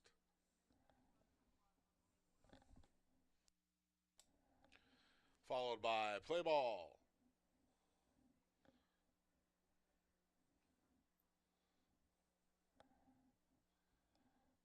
Double Vision goes in.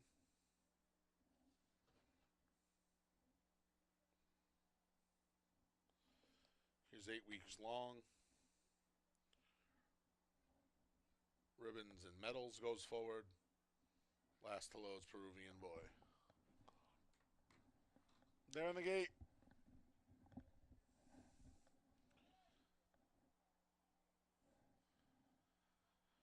And they're off in the finale. Long Came the Prince was off a beat slow. There goes John's Protege for the lead.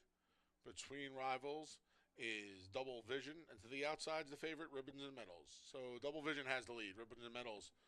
Kabakoa looking for 3 on the day, got a good hold of the favorite as both Drozzle and Along Came the Prince move up past John's Protege. Then we come back to Tuck-a-Buck Away and Play Ball. Between those two is Peruvian Boy. Then we come back to ASAP Restoration and 8 weeks long as they go 22-3 for the opening quarter, and Ribbons and Medals just took over with ease. Ribbons and Medals opens up a 2-length lead. Double Vision tries to stay with him. The runners are coming from the back now. Here comes Drozzle. Between rivals, Tuck-a-Buck Away needs somewhere to go. Stephen Fret's just crying out for room with him. In the meantime, Ribbons and Medals still has a 3-length lead. Far outside is John's Protege. Between them is Drozzle and Tuck-a-Buck Away gets through. Ribbons and Medals in the finale by 4. Then it was Drozzle Tuck-a-Buck Away, and John's Protege in 106-1.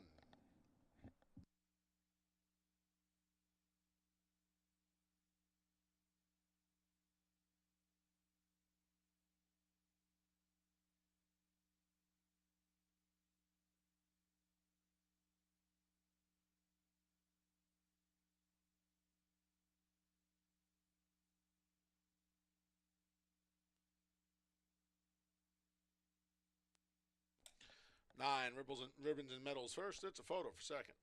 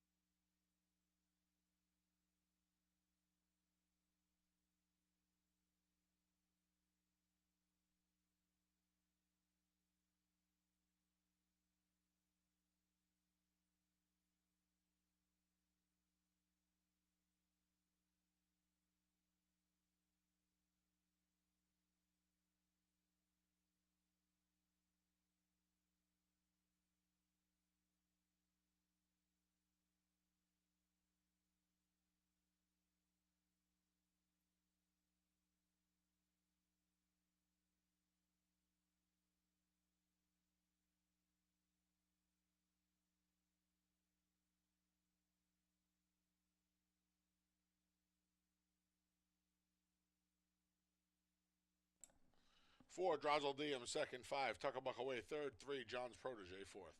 9-4-5-3 unofficial in race 9. Turning to the winner's circles, number 9, Ribbons and Medals. 7-year-old gelding's the son of Tanner and Serve. Out of the Candy Ride mare, Our Candy Striper. Ribbons and Medals is owned by Frank Catapano and Nicholas Primpus. Trained by Jim Aquilano. That's win number 1998 for Jim. Winning rider. Third on the day for leading rider, Kabakoa.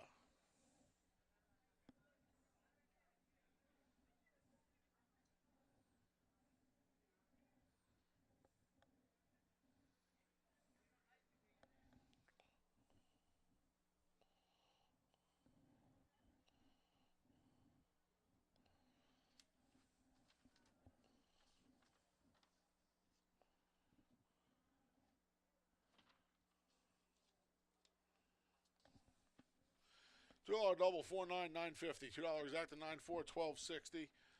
50-cent try, 9.45, 18 even. 10-cent super, 9.453, $20, 52 cents. 50-cent pick 3, 2.49. A nickel shy of $4. 50-cent pick 4, 8.249, $12.75. 50-cent pick 5, $22 and a quarter.